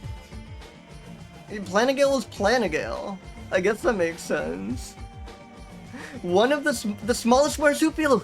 The smallest marsupial, let's go! This is so shrew. This is like crazy shrew. It's crazy that like marsupials just, and it's weird because there's a group called the marsupial shrews, but this is somehow much more shrew-like. I almost want to just like completely break all my standards and increment the counter because this is the most shrew-looking creature I have ever seen. Oh, I missed the lower jaw. I think you're right. I think this is in attack mode. Hell yeah. But this is like genuinely much more shrew than the actual marsupial shrews. Looks so good. Excellent catch, Flamingo. Also, welcome in, Flamingo. The eyes are too big. Yeah, that is the one clear giveaway that this is not a shrew we're dealing with. Extraordinary head shape. Flagon head much broader than it is deep. Wait, maybe So it's very wide head. I guess the angle makes it hard to see. God, I love Bassariscus. Gazzy is such a cute name for them. I've not heard that before. That's wonderful.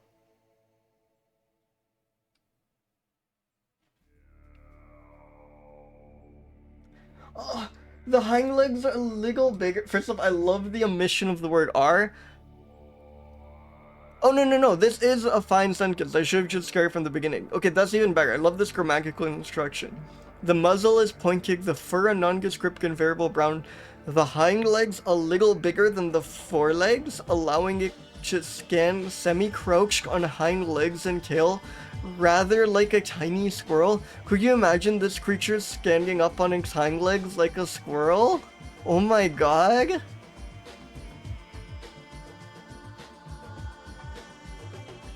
Wait, it preys mostly on insects and their larvae, small lizards, and young mammals almost as large as itself. Almost as large? This is the smallest marsupial, and it's eating even smaller mammals? I guess these might be juveniles, but... Jesus, with a large prey like grasshoppers. Love to hear a grasshopper described as large prey. That is how tiny this creature is. An initial pounce is often insufficient, and the Planigale bites repeatedly until its prey no longer struggles. It only eats soft parts, discarding the head and wings. This thing is vicious. Killer. I can't believe we got the smallest marsupial. Holy shit, wait. Wait, look at this. Look at this. Look at this vicious killing machine right here.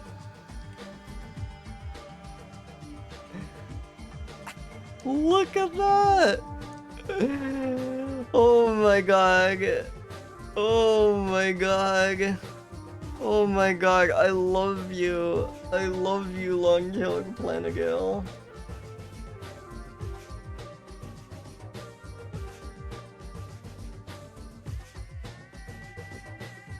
Holy shit.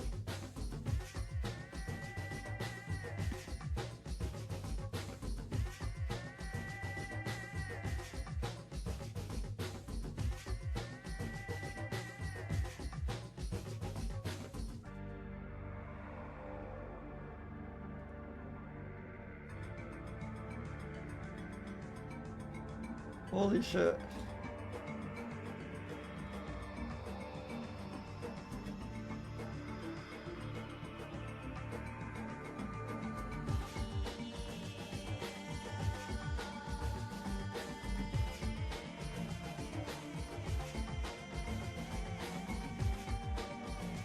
Long-tailed Planigale.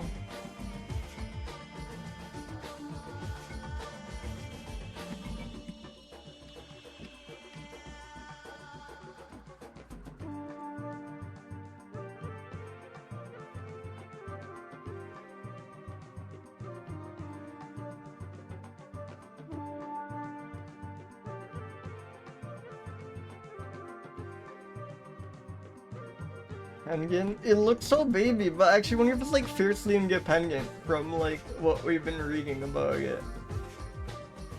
How long are I guess you're a young precocial, it might depend. Extremely flattened, wedge-shaped head. Yeah, this would definitely be good enough to go in the pool. That's my other fear. It's gonna be like so hard for me to remember all the wonderful creatures. But I guess that's fun of it. Someone could be like, oh, is whatever in the pool from like 20 streams ago? I love that guy. It'd be fun to like slowly remember them and throw them in.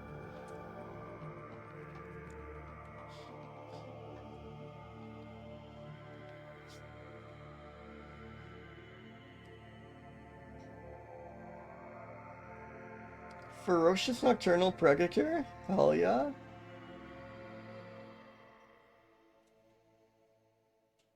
Any creature small enough to be subdued is also viciously attacked. Yes.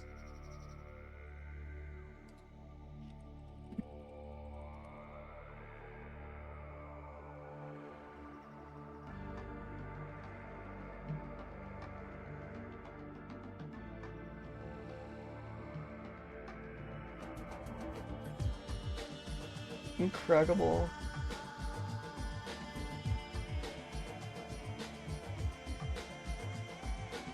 What was there? I don't think there's... Maybe under, like, breeding. Oh, yeah, here we go. Sorry, I keep forgetting there's something to look up. Wait, marsupial, poached animal. That's pretty damn dependent. Young become catch from teats at 6 weeks old.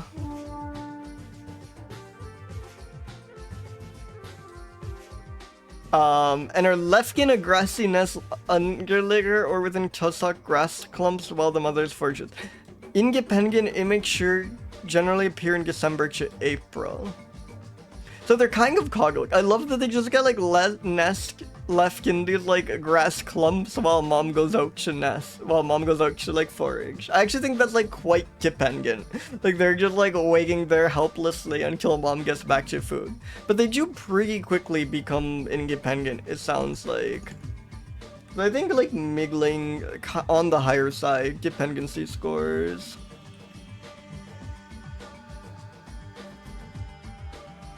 Seasonally appropriate? Have they been observed enough to get like a proper season grab? Like kind of and kind of. Do they feel like a springtime creature? When is their like breeding season again? It sounds like mostly during wet season, but can't take place during any of the year. And this is like clearly taken in, well, you know, the like brown leaves make it look quite fall-like. I think this is somewhat spring-like. I think there's like slightly above average seasonal appropriateness. I think just the tininess makes them seem so secret to me. Again, it looks polite. Formal isn't quite the right word, but looks very polite. But actually, wait. Most important note first. Mollusk marsupial. One of the smallest mammals. That would be quite quick.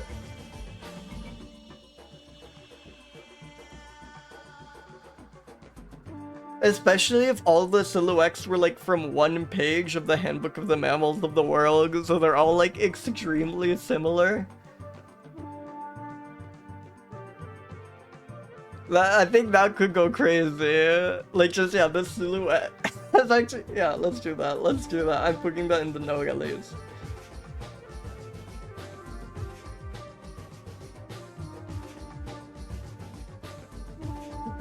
Silhouettes from one color plate of Handbook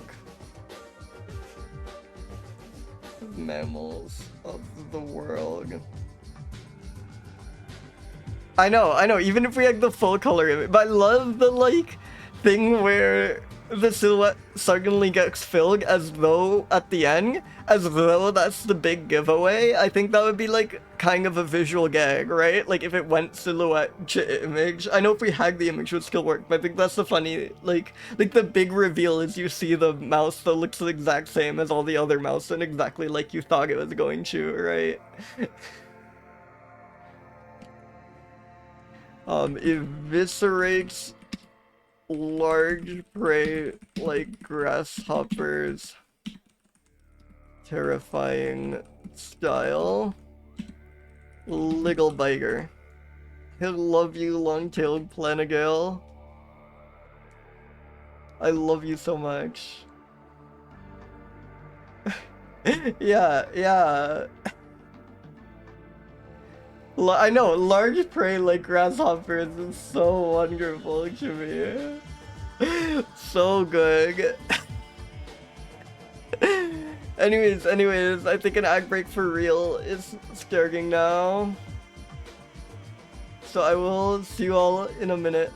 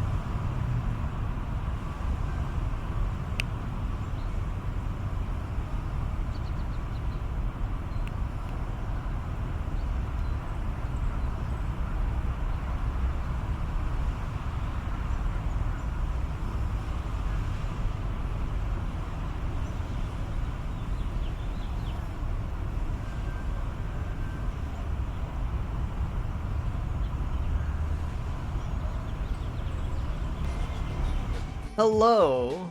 Welcome back, everyone. Welcome, welcome. Love that Planigale.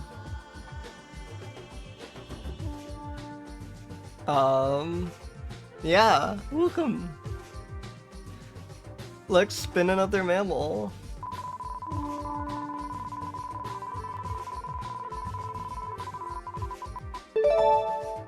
Hydromys neobritannicus. I wonder if this is like the New England water mouse.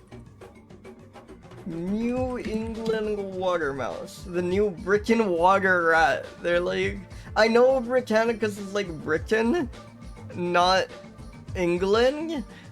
But I just thought it might be something weird because I'm only familiar with New England. I'm not familiar with the island. Oh, but New Britain has come up before. The link was even already in purple. Name that Rogan!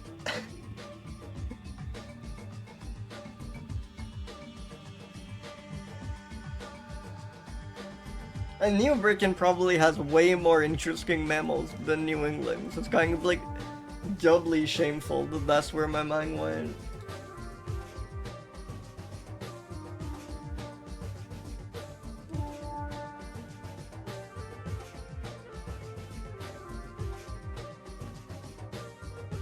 Now I've like, you know, alienated my entire Scottish viewer base. This is brutal.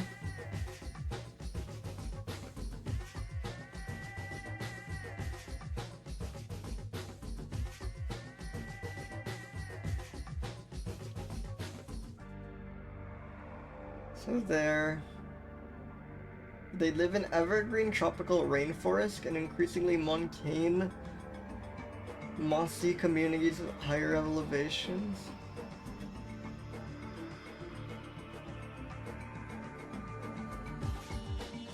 I love these attempts of automatically transcribing TH. I love that becomes late 19 inches and early 20 trademark centuries.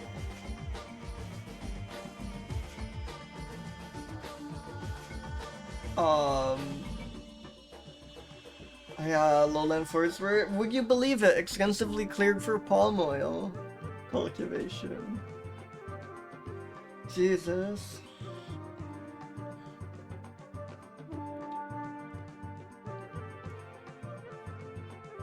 Hey, do we at least have an illustration?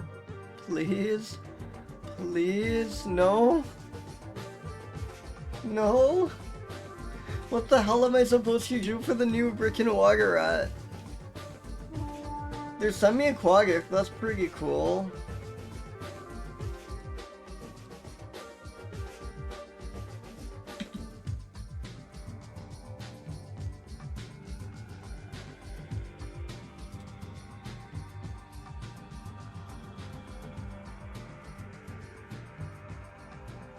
Yeah.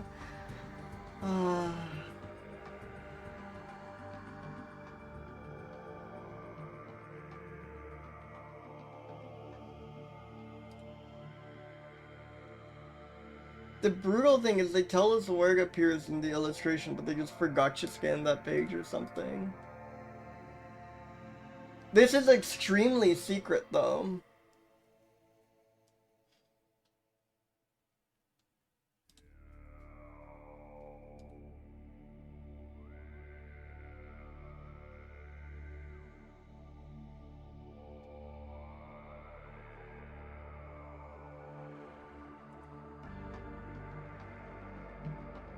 It is known from only 3 specimens. Wonderful. Okay, let's read the description. Plump, short-limbed, partially webbed toes. I don't even like draw the toes. But I can definitely draw a plump rat. Upper parts are very dark brown, flecked with black. Underparts are dark brown. Okay, okay. Okay, let's do this.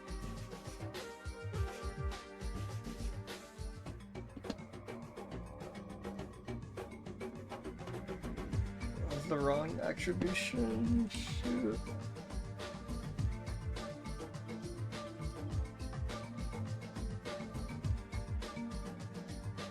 Yeah, this is gonna get like above, especially because it's a water rat. It's not like an incredibly mundane creature. It's an amphibious rodent, or amphibious.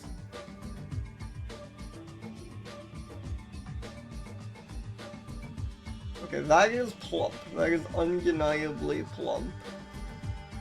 You know, short limbs.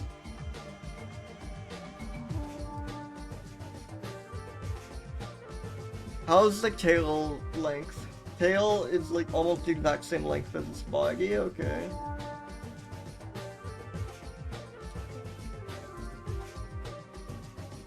I think I even have room to draw the tail to the right. It's a bit too long.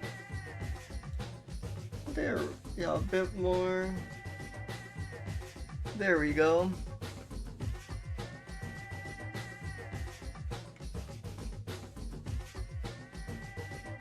Alright, before I finish, is there anything else? No, all this information is like too specific.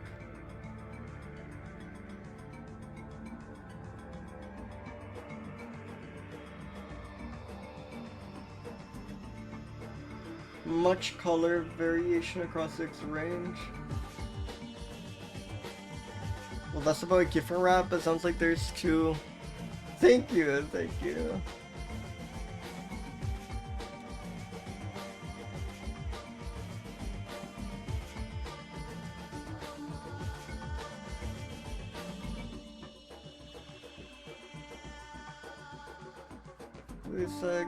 Well, actually, first let's start with the underparts, because then I can like draw over them. The underparts were dark brown.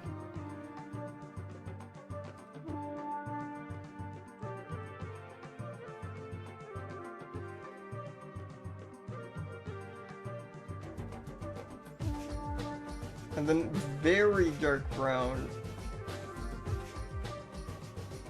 on the back.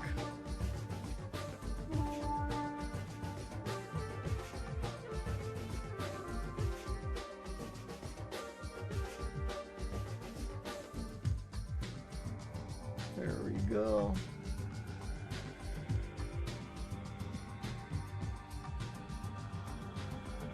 Perfect. And not just very dark brown, but flecked with black. This is a good flecking brush, maybe.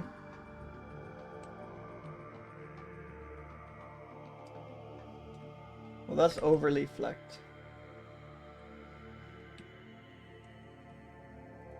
Do I have like an even sparser version of this? Not really. So yeah, I think that's good.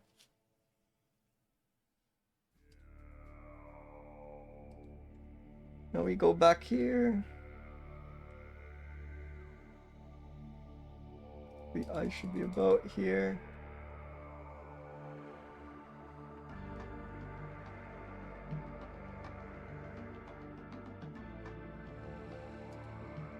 But this is the wrong color, I think. Why does it look dark gray? It should be pitch black, but it really doesn't look it. Washo, welcome! Oh, because I'm on the wrong layer, that would do it.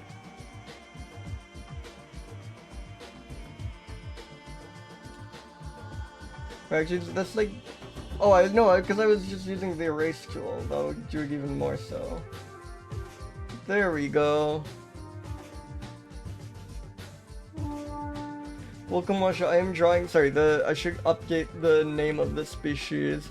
I'm drawing the new Britain water rat. Is like possibly the most one of the most obscure mammals we've gotten. Like, no, I guess we've gotten like known only from like fragment of a skull before. This isn't like quite that bad. It's known only from 3 specimens, none of which seem to be photographed.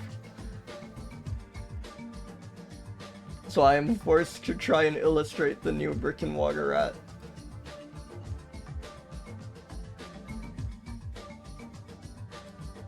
There we go. There we go. That's the new brick and water rat. But yeah, welcome in, Washa. Thank you. Yeah, thanks, Mom. Yeah, I mean, it looks quite dependent here. Seasonally appropriate? When were the 3 specimens found? You doesn't say. Doesn't say when any of them were found.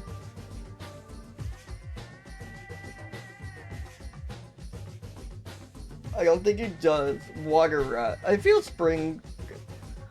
Like, we really just don't want them in winter, right? Because then everything's gonna be frozen. I mean, not at all, because they live in the tropics, but still, that's the only thing I can come up with. Sure, it can be New Britain water rat season. Extremely secret. I don't think they're that formal, though. Like, they're just, like, always sopping wet, you know? It's, like, hard to get into, like, a fancy restaurant like that. Semi-aquatic rodent of great mystery. Known only from 3 specimens, none of which seem to have easily accessible photos. Beautiful.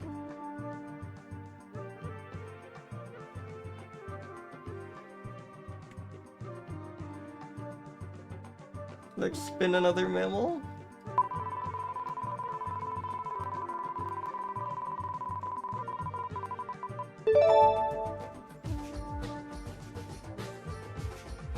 Halichoerus grypus. Halichoerus grypus. Oh! Oh, hello. Oh, hello there. The guy? Also commonly known as the Atlantic seal? Wait, is this iconic seal? Is Great Seal iconic seal? Because these aren't the seals we have out here, but they does seem to be an East Coast seal.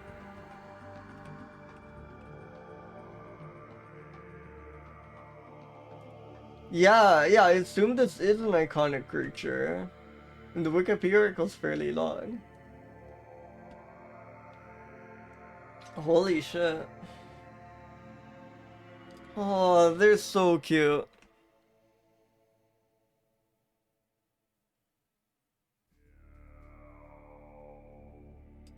Captive gray seal being fed, showing snout shape. I love to show snout shape. This is the iconic Atlantic seal. Okay, wonderful. That's amazing. For grey seals. An estimated 1,200 are born Sorry, here so each year on our remote shores. The seal We pups are complete- always so cute and so polar bear to me. Like, it's like this last time I got a seal. That makes so much sense that this is like a close relative of bear. An annual survey to try and monitor the seal pups from when they're born through to when they molt to their adult pelage. I know, We've been it's so completing this survey crazy. Since the 1980s. It's And like this a long-term different data animal set almost. has helped us gather evidence on the health of the population so we can protect it for the future. We record when and where each seal pup is born, and then we try and follow the fate of each pup, Look. visiting the shores every 2 to 3 days. And we can follow their development from when they're born as a small, white, fluffy pup to when they first develop into their adult pelage. This takes approximately 15 to 20 days. And then the seal pups have to fend for themselves in their new adult life. An average of 75 to 80% of seals will survive.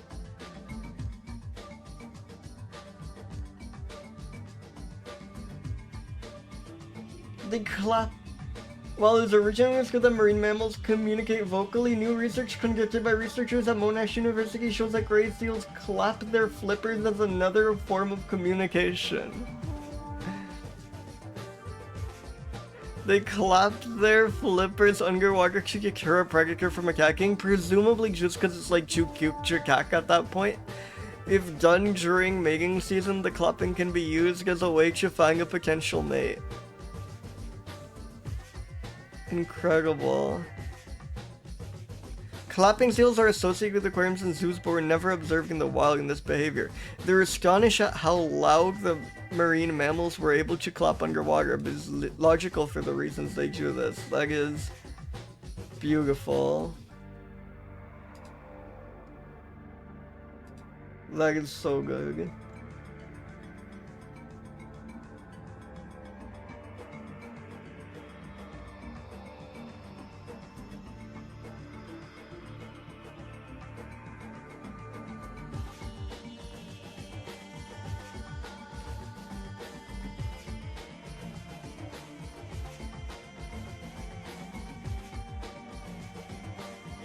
Great Orme gray seals.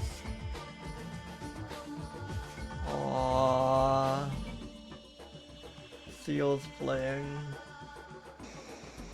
Again, yeah, this is the choreography of Great Orme's gray seals. Please check out the channel, it looks wonderful. God. God, they're so good.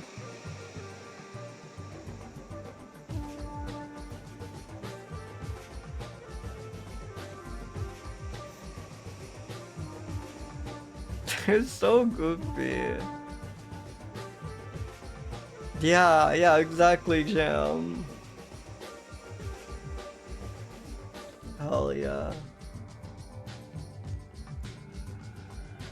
1 second. Yes.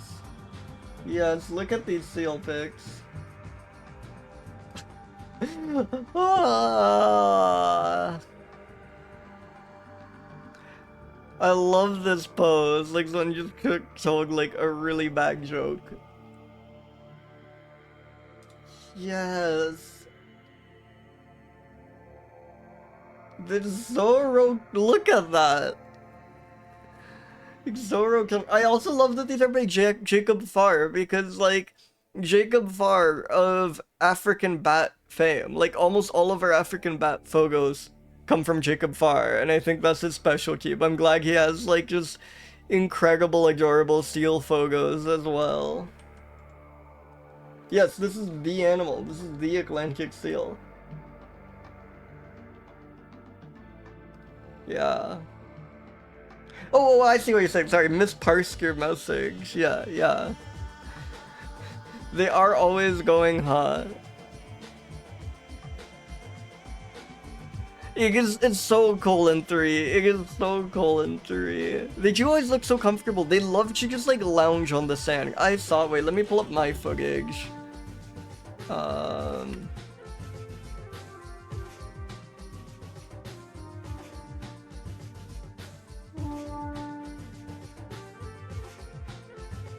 His pinnipeds are always just lounging. Oh wait, where is it? Well, never mind. I will. But yeah, no, I did see in Point Reyes a bunch of like... It's weird, we're gonna look... Oh, I think I never put in this playlist. Whoops. But yeah, the northern elephant seals. Look at them. This is my footage from Point Reyes. They're so goofy.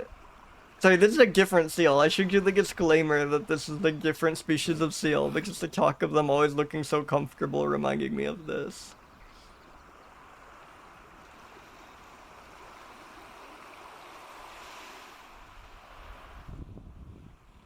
But yeah, if any of you ever are in the Bay Area and have a chance to go to Point Reyes, I strongly recommend it. Like, look, I mean, do I need to make my case? I think they kind of make up for me. I know. They're like already mattresses, basically, right? Like, they're just made of mattress.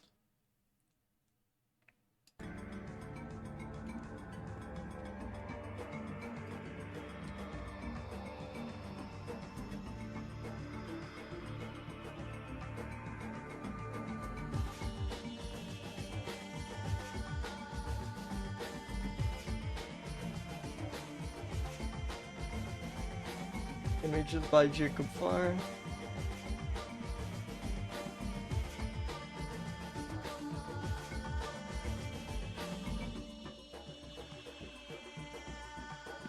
Atlantic seal. Holy moly. Yeah. Let's read about them. Cuddly confirmed. Finally, some justice. Finally, a clearly cuddly animal actually gets rated as cuddly.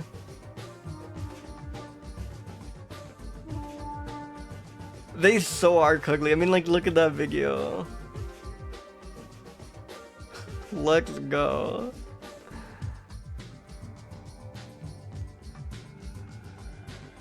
Sometimes subspecies are recognized.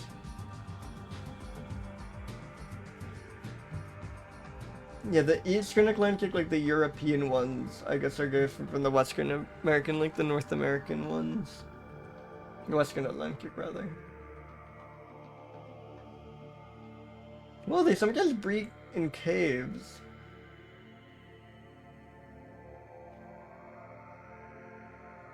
Shallow, short duration divers, most of their activity is focused at or near the seafloor. But they mostly eat sand eels? Whoa. I would just guess like regular fish. That's like shocking to me. I mean, okay, these are more fish-like than I thought they would be. Do I guess not know? Yeah, they're not true eels. Okay, these are just fish. I mean, fish isn't a real taxonomic category, but you know. Are these even like what are these taxonomically? Are these rafin fish? A considerable number of species of fish. No, this is just a shape of fish.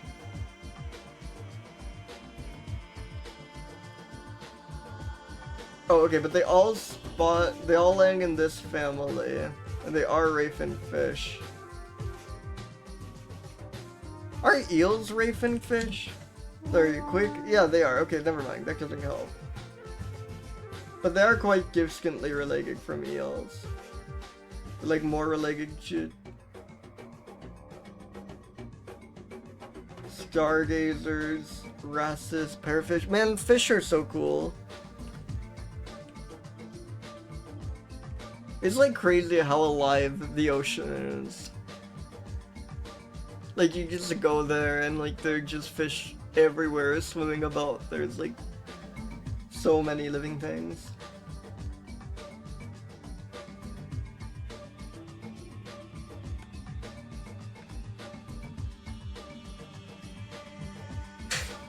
No, it describes their land movement as caterpillar-like. That's wonderful. Was there anything about how they raise their young?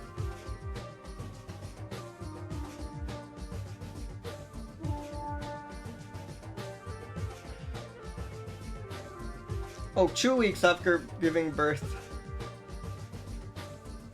they wean their offspring. Roughly. So they seem quite independent then. Seasonally appropriate, they're such a winter animal to me, you know? They're like very like Christmassy. Secret, unfortunately, they're like very well known. This seems getting like horrible scores. Formal? They're too goofy, right? They're too like silly and they're always making like fart sounds and stuff. They're like, I love them to death, but I cannot call them formal for a second. Unfortunately, an extremely low scoring animal.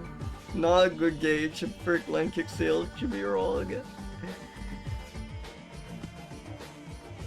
The iconic seal of the Atlantic. They are born in caves sometimes. Mostly eat sand eels, puffin style. I don't know if like the sand eels are a big part of puffin's diet, but when you search sand eel, you get that picture of a puffin with a bunch of sand eels in its mouth, and I feel like you can like so easily picture puffins doing this. I feel this is like, I don't know if I'm hallucinating this, but I feel like you always see puffins with just their mouth full of these, you know? I think it's like a classic thing of puffins.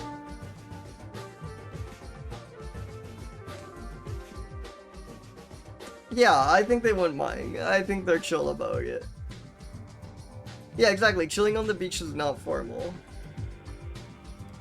It's awesome, it's good. I'm not really pro-formal in general anyways.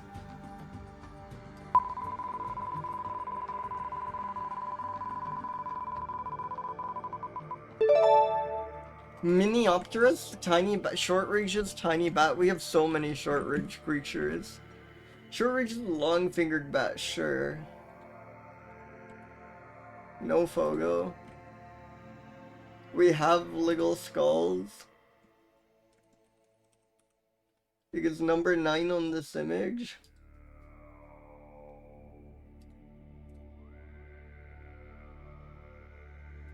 It is tiny, it's like 2 inches long. Good image. Weird expression they chose to give this bag. It looks extremely stern.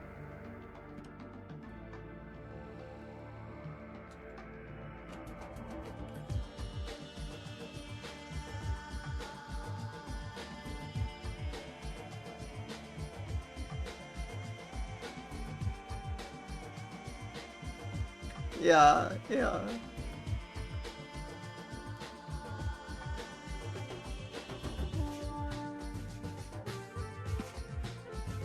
Book of the Mammals of the world. Yeah. No, it's very funny. Just long-fingered bat.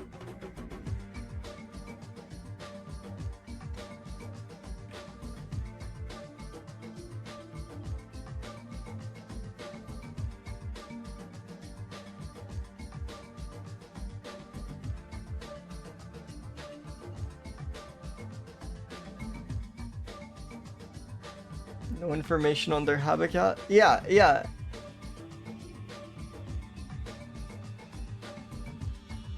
Oh, wait 1 second.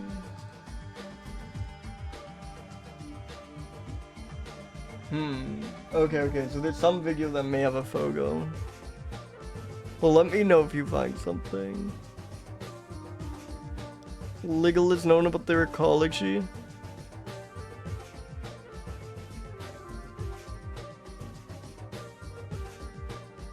Okay, we just know nothing about these. They're thought to be nocturnal. You know a bag is Wallengerskog when we're like, yeah, we think they're probably nocturnal.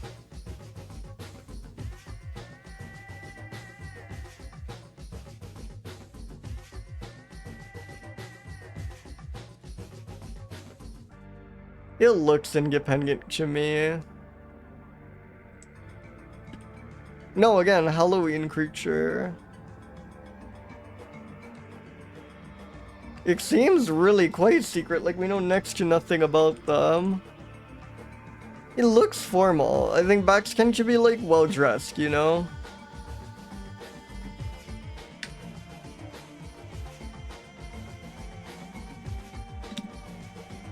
It probably eats soft bugs. It might be nocturnal. That's kind of all we know.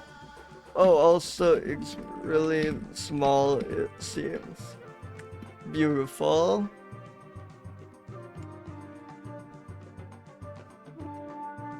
Let's spin another mammal. And I might end it soon. Again, I really want to go for much longer, but I do have to pack. So maybe on the next, like, good roll, I will call it.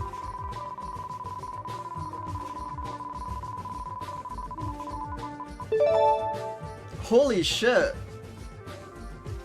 True crazy scream, especially given that we haven't gone through, like, the normal number of mammals.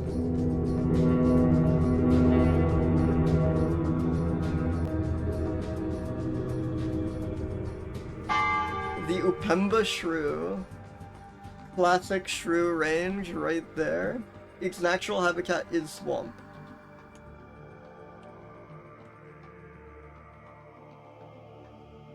Known only from the type series 3 specimens at the type locality. Another only known from 3 specimens creature. One of the most distinctive species of Crocidura is strikingly colored. Wait, let's see the illustration. It's 414. Okay, I don't want to be mean. I love shrews. And I think it's beautiful that they describe this as like one of the most striking shrews in appearance.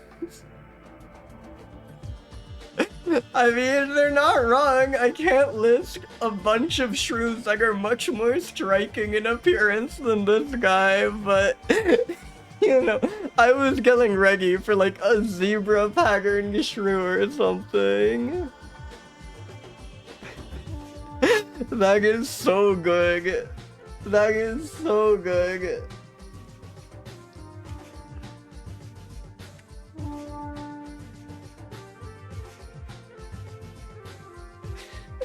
Holy shit, I was not ready for that.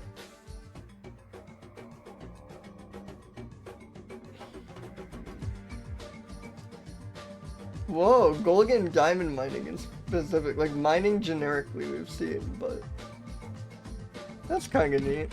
I mean, not good, it's bad that that's the case, but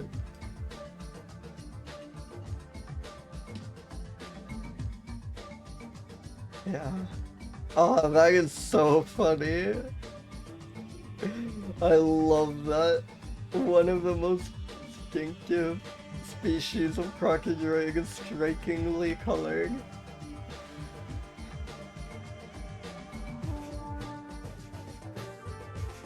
We know nothing about it speaking.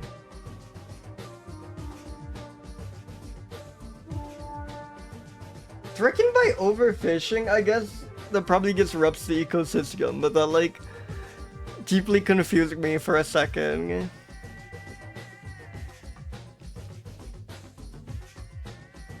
A large and striking species. Did they just screw up this illustration or something? Like they keep going over how like striking and distinctive looking it is, but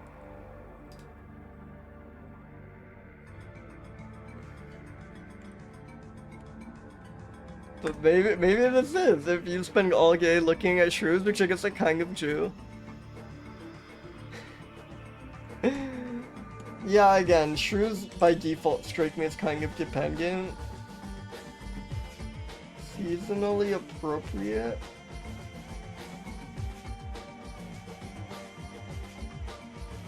I'm feeling neutral. Like, does it strike me as spring or not spring?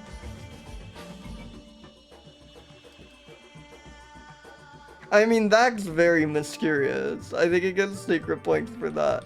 Oh, extremely formal. Have you not seen how, like, striking and distinctive its dress is?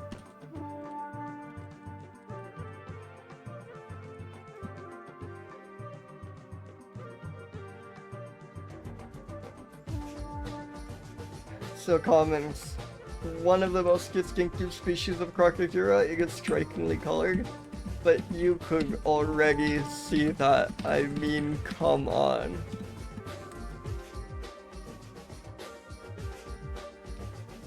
Incredible. Let's do one more spin at least. That was pretty good, but I'm feeling greedy. Ctenomys brasiliensis, the Brazilian cuco. Yes, indeed. Charles Darwin mentions it during trip to Uruguay. That's like jarring to me because of course cucos have been around forever. They can just appear in the ether. They feel like such a new thing to me because every like cuco species was like described in 2006 and has been reclassified 11 times since then, you know? It's so weird to like have one that Darwin described.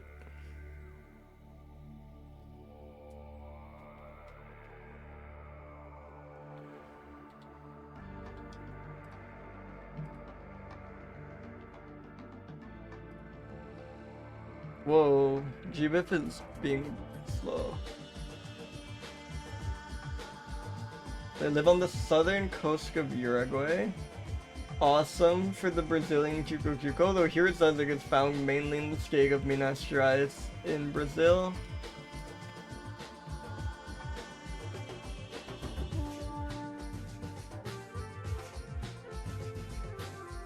Very confusing. The Brazilian cuco is relatively large, but nothing has been published regarding its external morphology or appearance.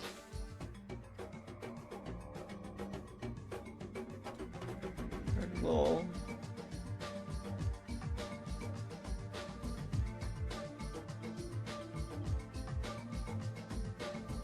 I love this illustration. Where's this from?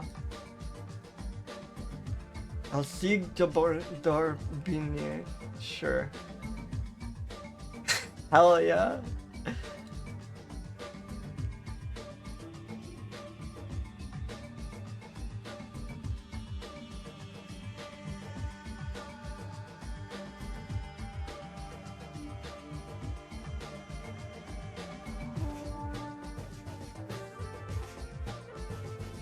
Image by Darbinier.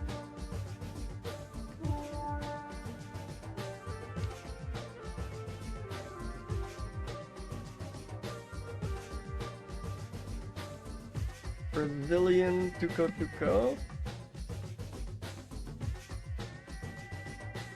He strikes me as quite independent.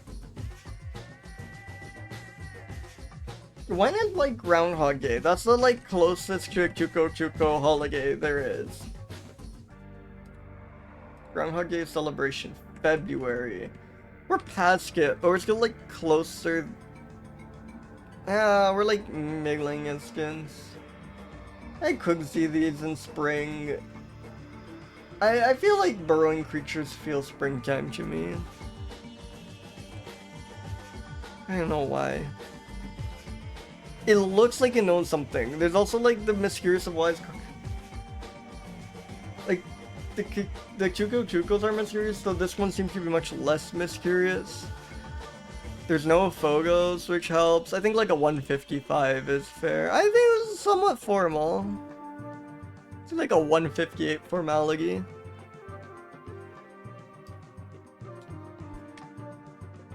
Habitat, Southern Uruguay. Other places contradict this. Darwin saw one. We know nothing about external morphology. Wonderful. Let's spin another.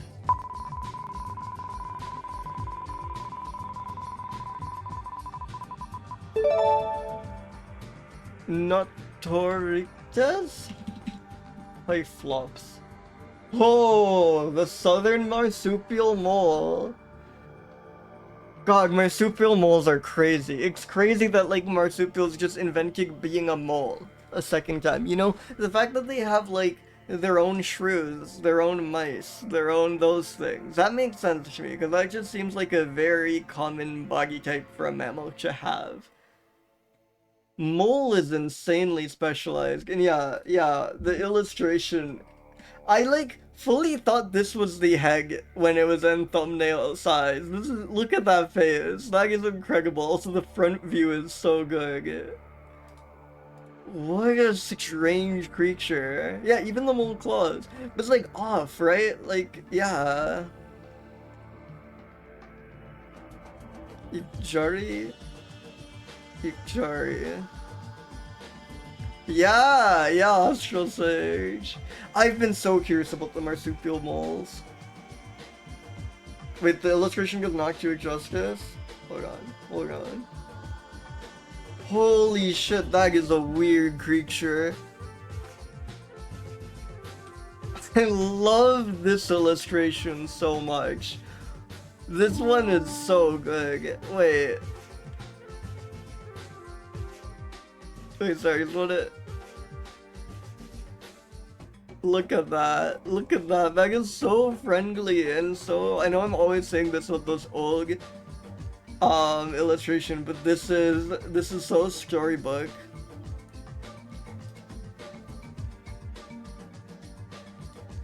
We have one ever in actual observation, and it's just like tracks. It's just a burrow.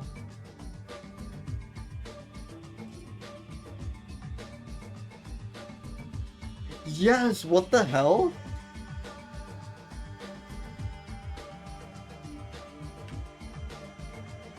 Holy crap. Yeah, wait, let me just Google image search Jari.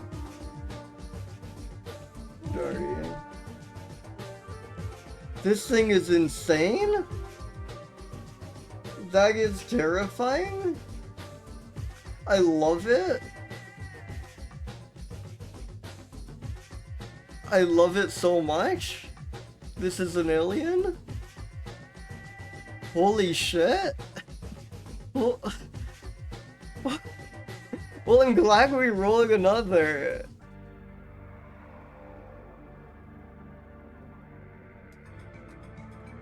I'm so glad we rolled another.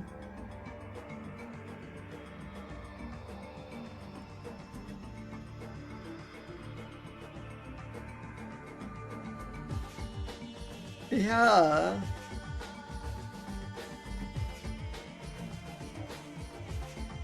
I know, this thing just like breaching the surface and just devouring some helpless lizard instead of just like peacefully eating earthworms underground is so terrifying. This is so video game enemy. This is a horror game enemy for sure. It gets feed exclusively by Sagan devouring his son.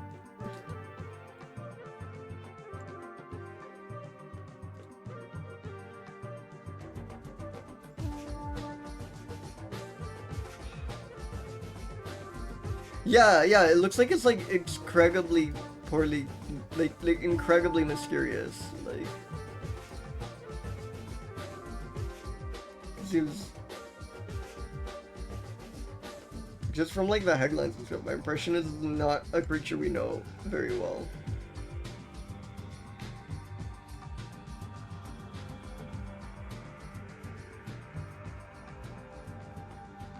Insane.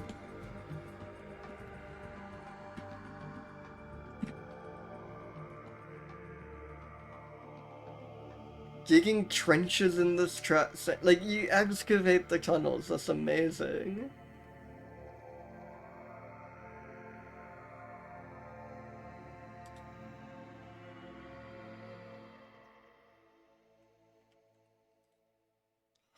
That is so good.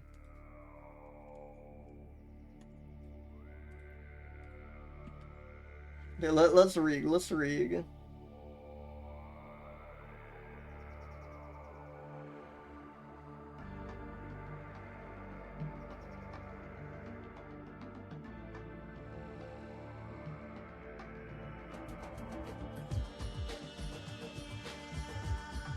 Low and stable body temperature ranging between 15 and 30 degrees Celsius.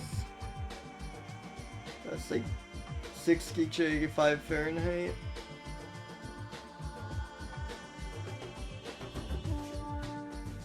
It is thought not to drink water.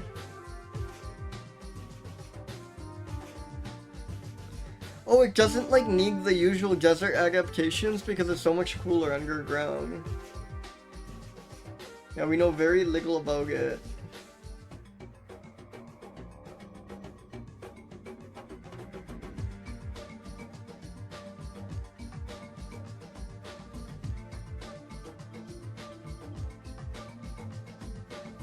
So on rare occasion it will traverse overground.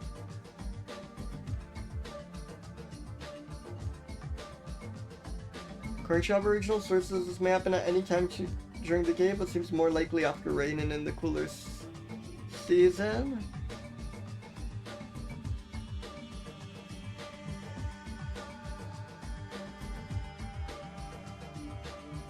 While burrowing, it does not make permanent tunnels. The sand caves in and the tunnels backfill as the animal moves along. There's mention of backfill, but I was just imagining it like plugs the entrance to its tunnels or something. No, it just like swims through the sand. That's crazy. It's like tunnels are like constantly collapsing behind it. So that's why he said tunnel tracks and not just tunnels. This is sci-fi sand monster. I genuinely wonder if actual sci-fi sand monsters ever take inspiration from this guy, because I feel like I've like It feels vaguely familiar. Like, I feel like I've probably seen some, like, sand creature thing that was based off this.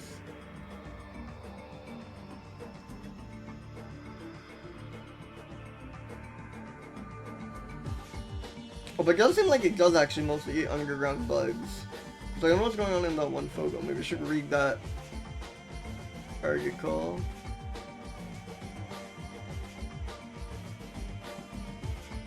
Oh my god. Again, this is the wrong type of marsupial mole, but look at that. Look at that.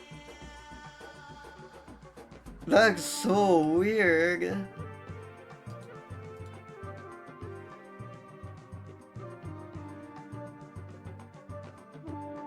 It is kind of puppy.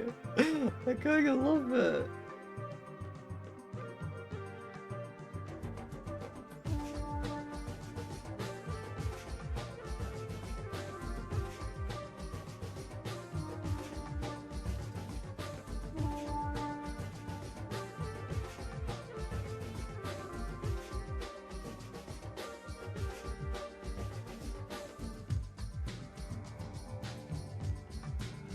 Yeah, we know little about their social and reproductive habitats. We have no idea how they meet. But we assume it involves their highly developed olfactory sense. Hell yeah. They can sniff them out.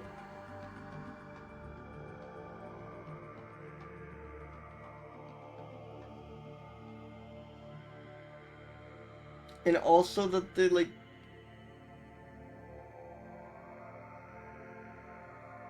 something to do with how sound travels underground.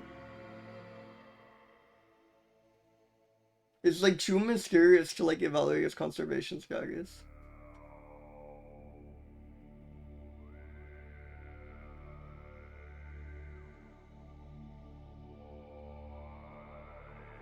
Holy shit.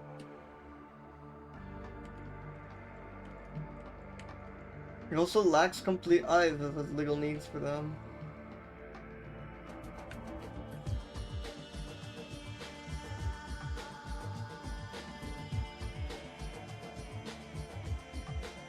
Is there any description of why it's eating a lizard? I guess that might just be...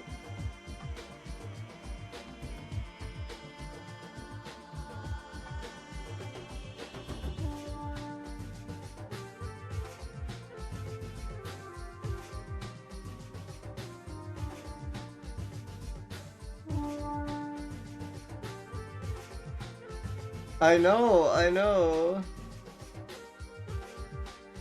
No, this thing depends on nothing.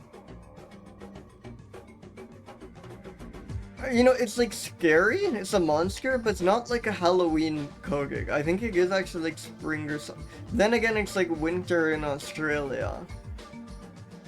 But I think it's like by the I don't know. I'm too scared. I feel like somehow it's always seasonally appropriate. I can't justify that, but I want to say it's seasonally appropriate. I guess it's more like fall. Eats larger animals like spider only in Australia because the sun can be real, yeah. Terrifying. Secret 247. Formal? No, it's too scary.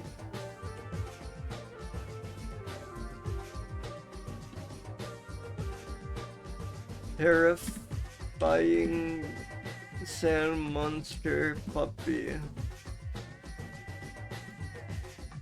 Ixoilian. Its tunnels aren't permanent. They're constantly collapsing behind it. This thing just swims through the sand. Oh, okay, so we have confirmation that seasonally they are doing well. That's wonderful. Yeah, no, it sounds like they do not have, like, they only have, like, vestigial eyes. Like, they have no optic eyes, and they have no optic nerves, and it lacks complete eyes. It does not have eyes. It doesn't need them.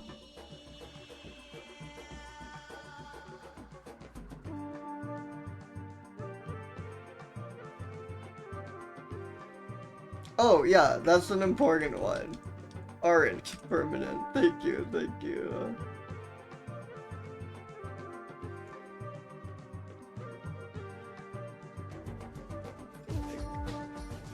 I'm out of words. This thing is just insane. That's really cool. That is definitely going on the pool if I remember to ag it. I know, it's so funny that they just don't need them. What a roll. Yeah.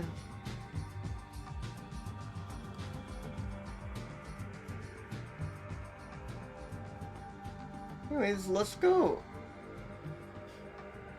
Rig somewhere, and this is like an insane reason to do so, but I see a bunch of mammals on Lily Hop's stream, so maybe that's like a good enough reason to go there. I know Lily Hops is very fond about animals and creatures. But thank you all so much for coming by. And yeah. Remember, no stream the next 2 normal stream days, but hopefully many streams after that. I will like post stuff from my trip on everywhere, hopefully I will remember to do so. On Blue Sky, on Discord, Naturalist. The Blue Sky command just seemingly doesn't work, but I'm on there. I'm Young.online. Howdy Tengu, sorry, we are just ending now. Thank you. Yeah, I think it's gonna be a lot of fun. Thank you all so much for coming by. And I will see you all next time. Bye everyone!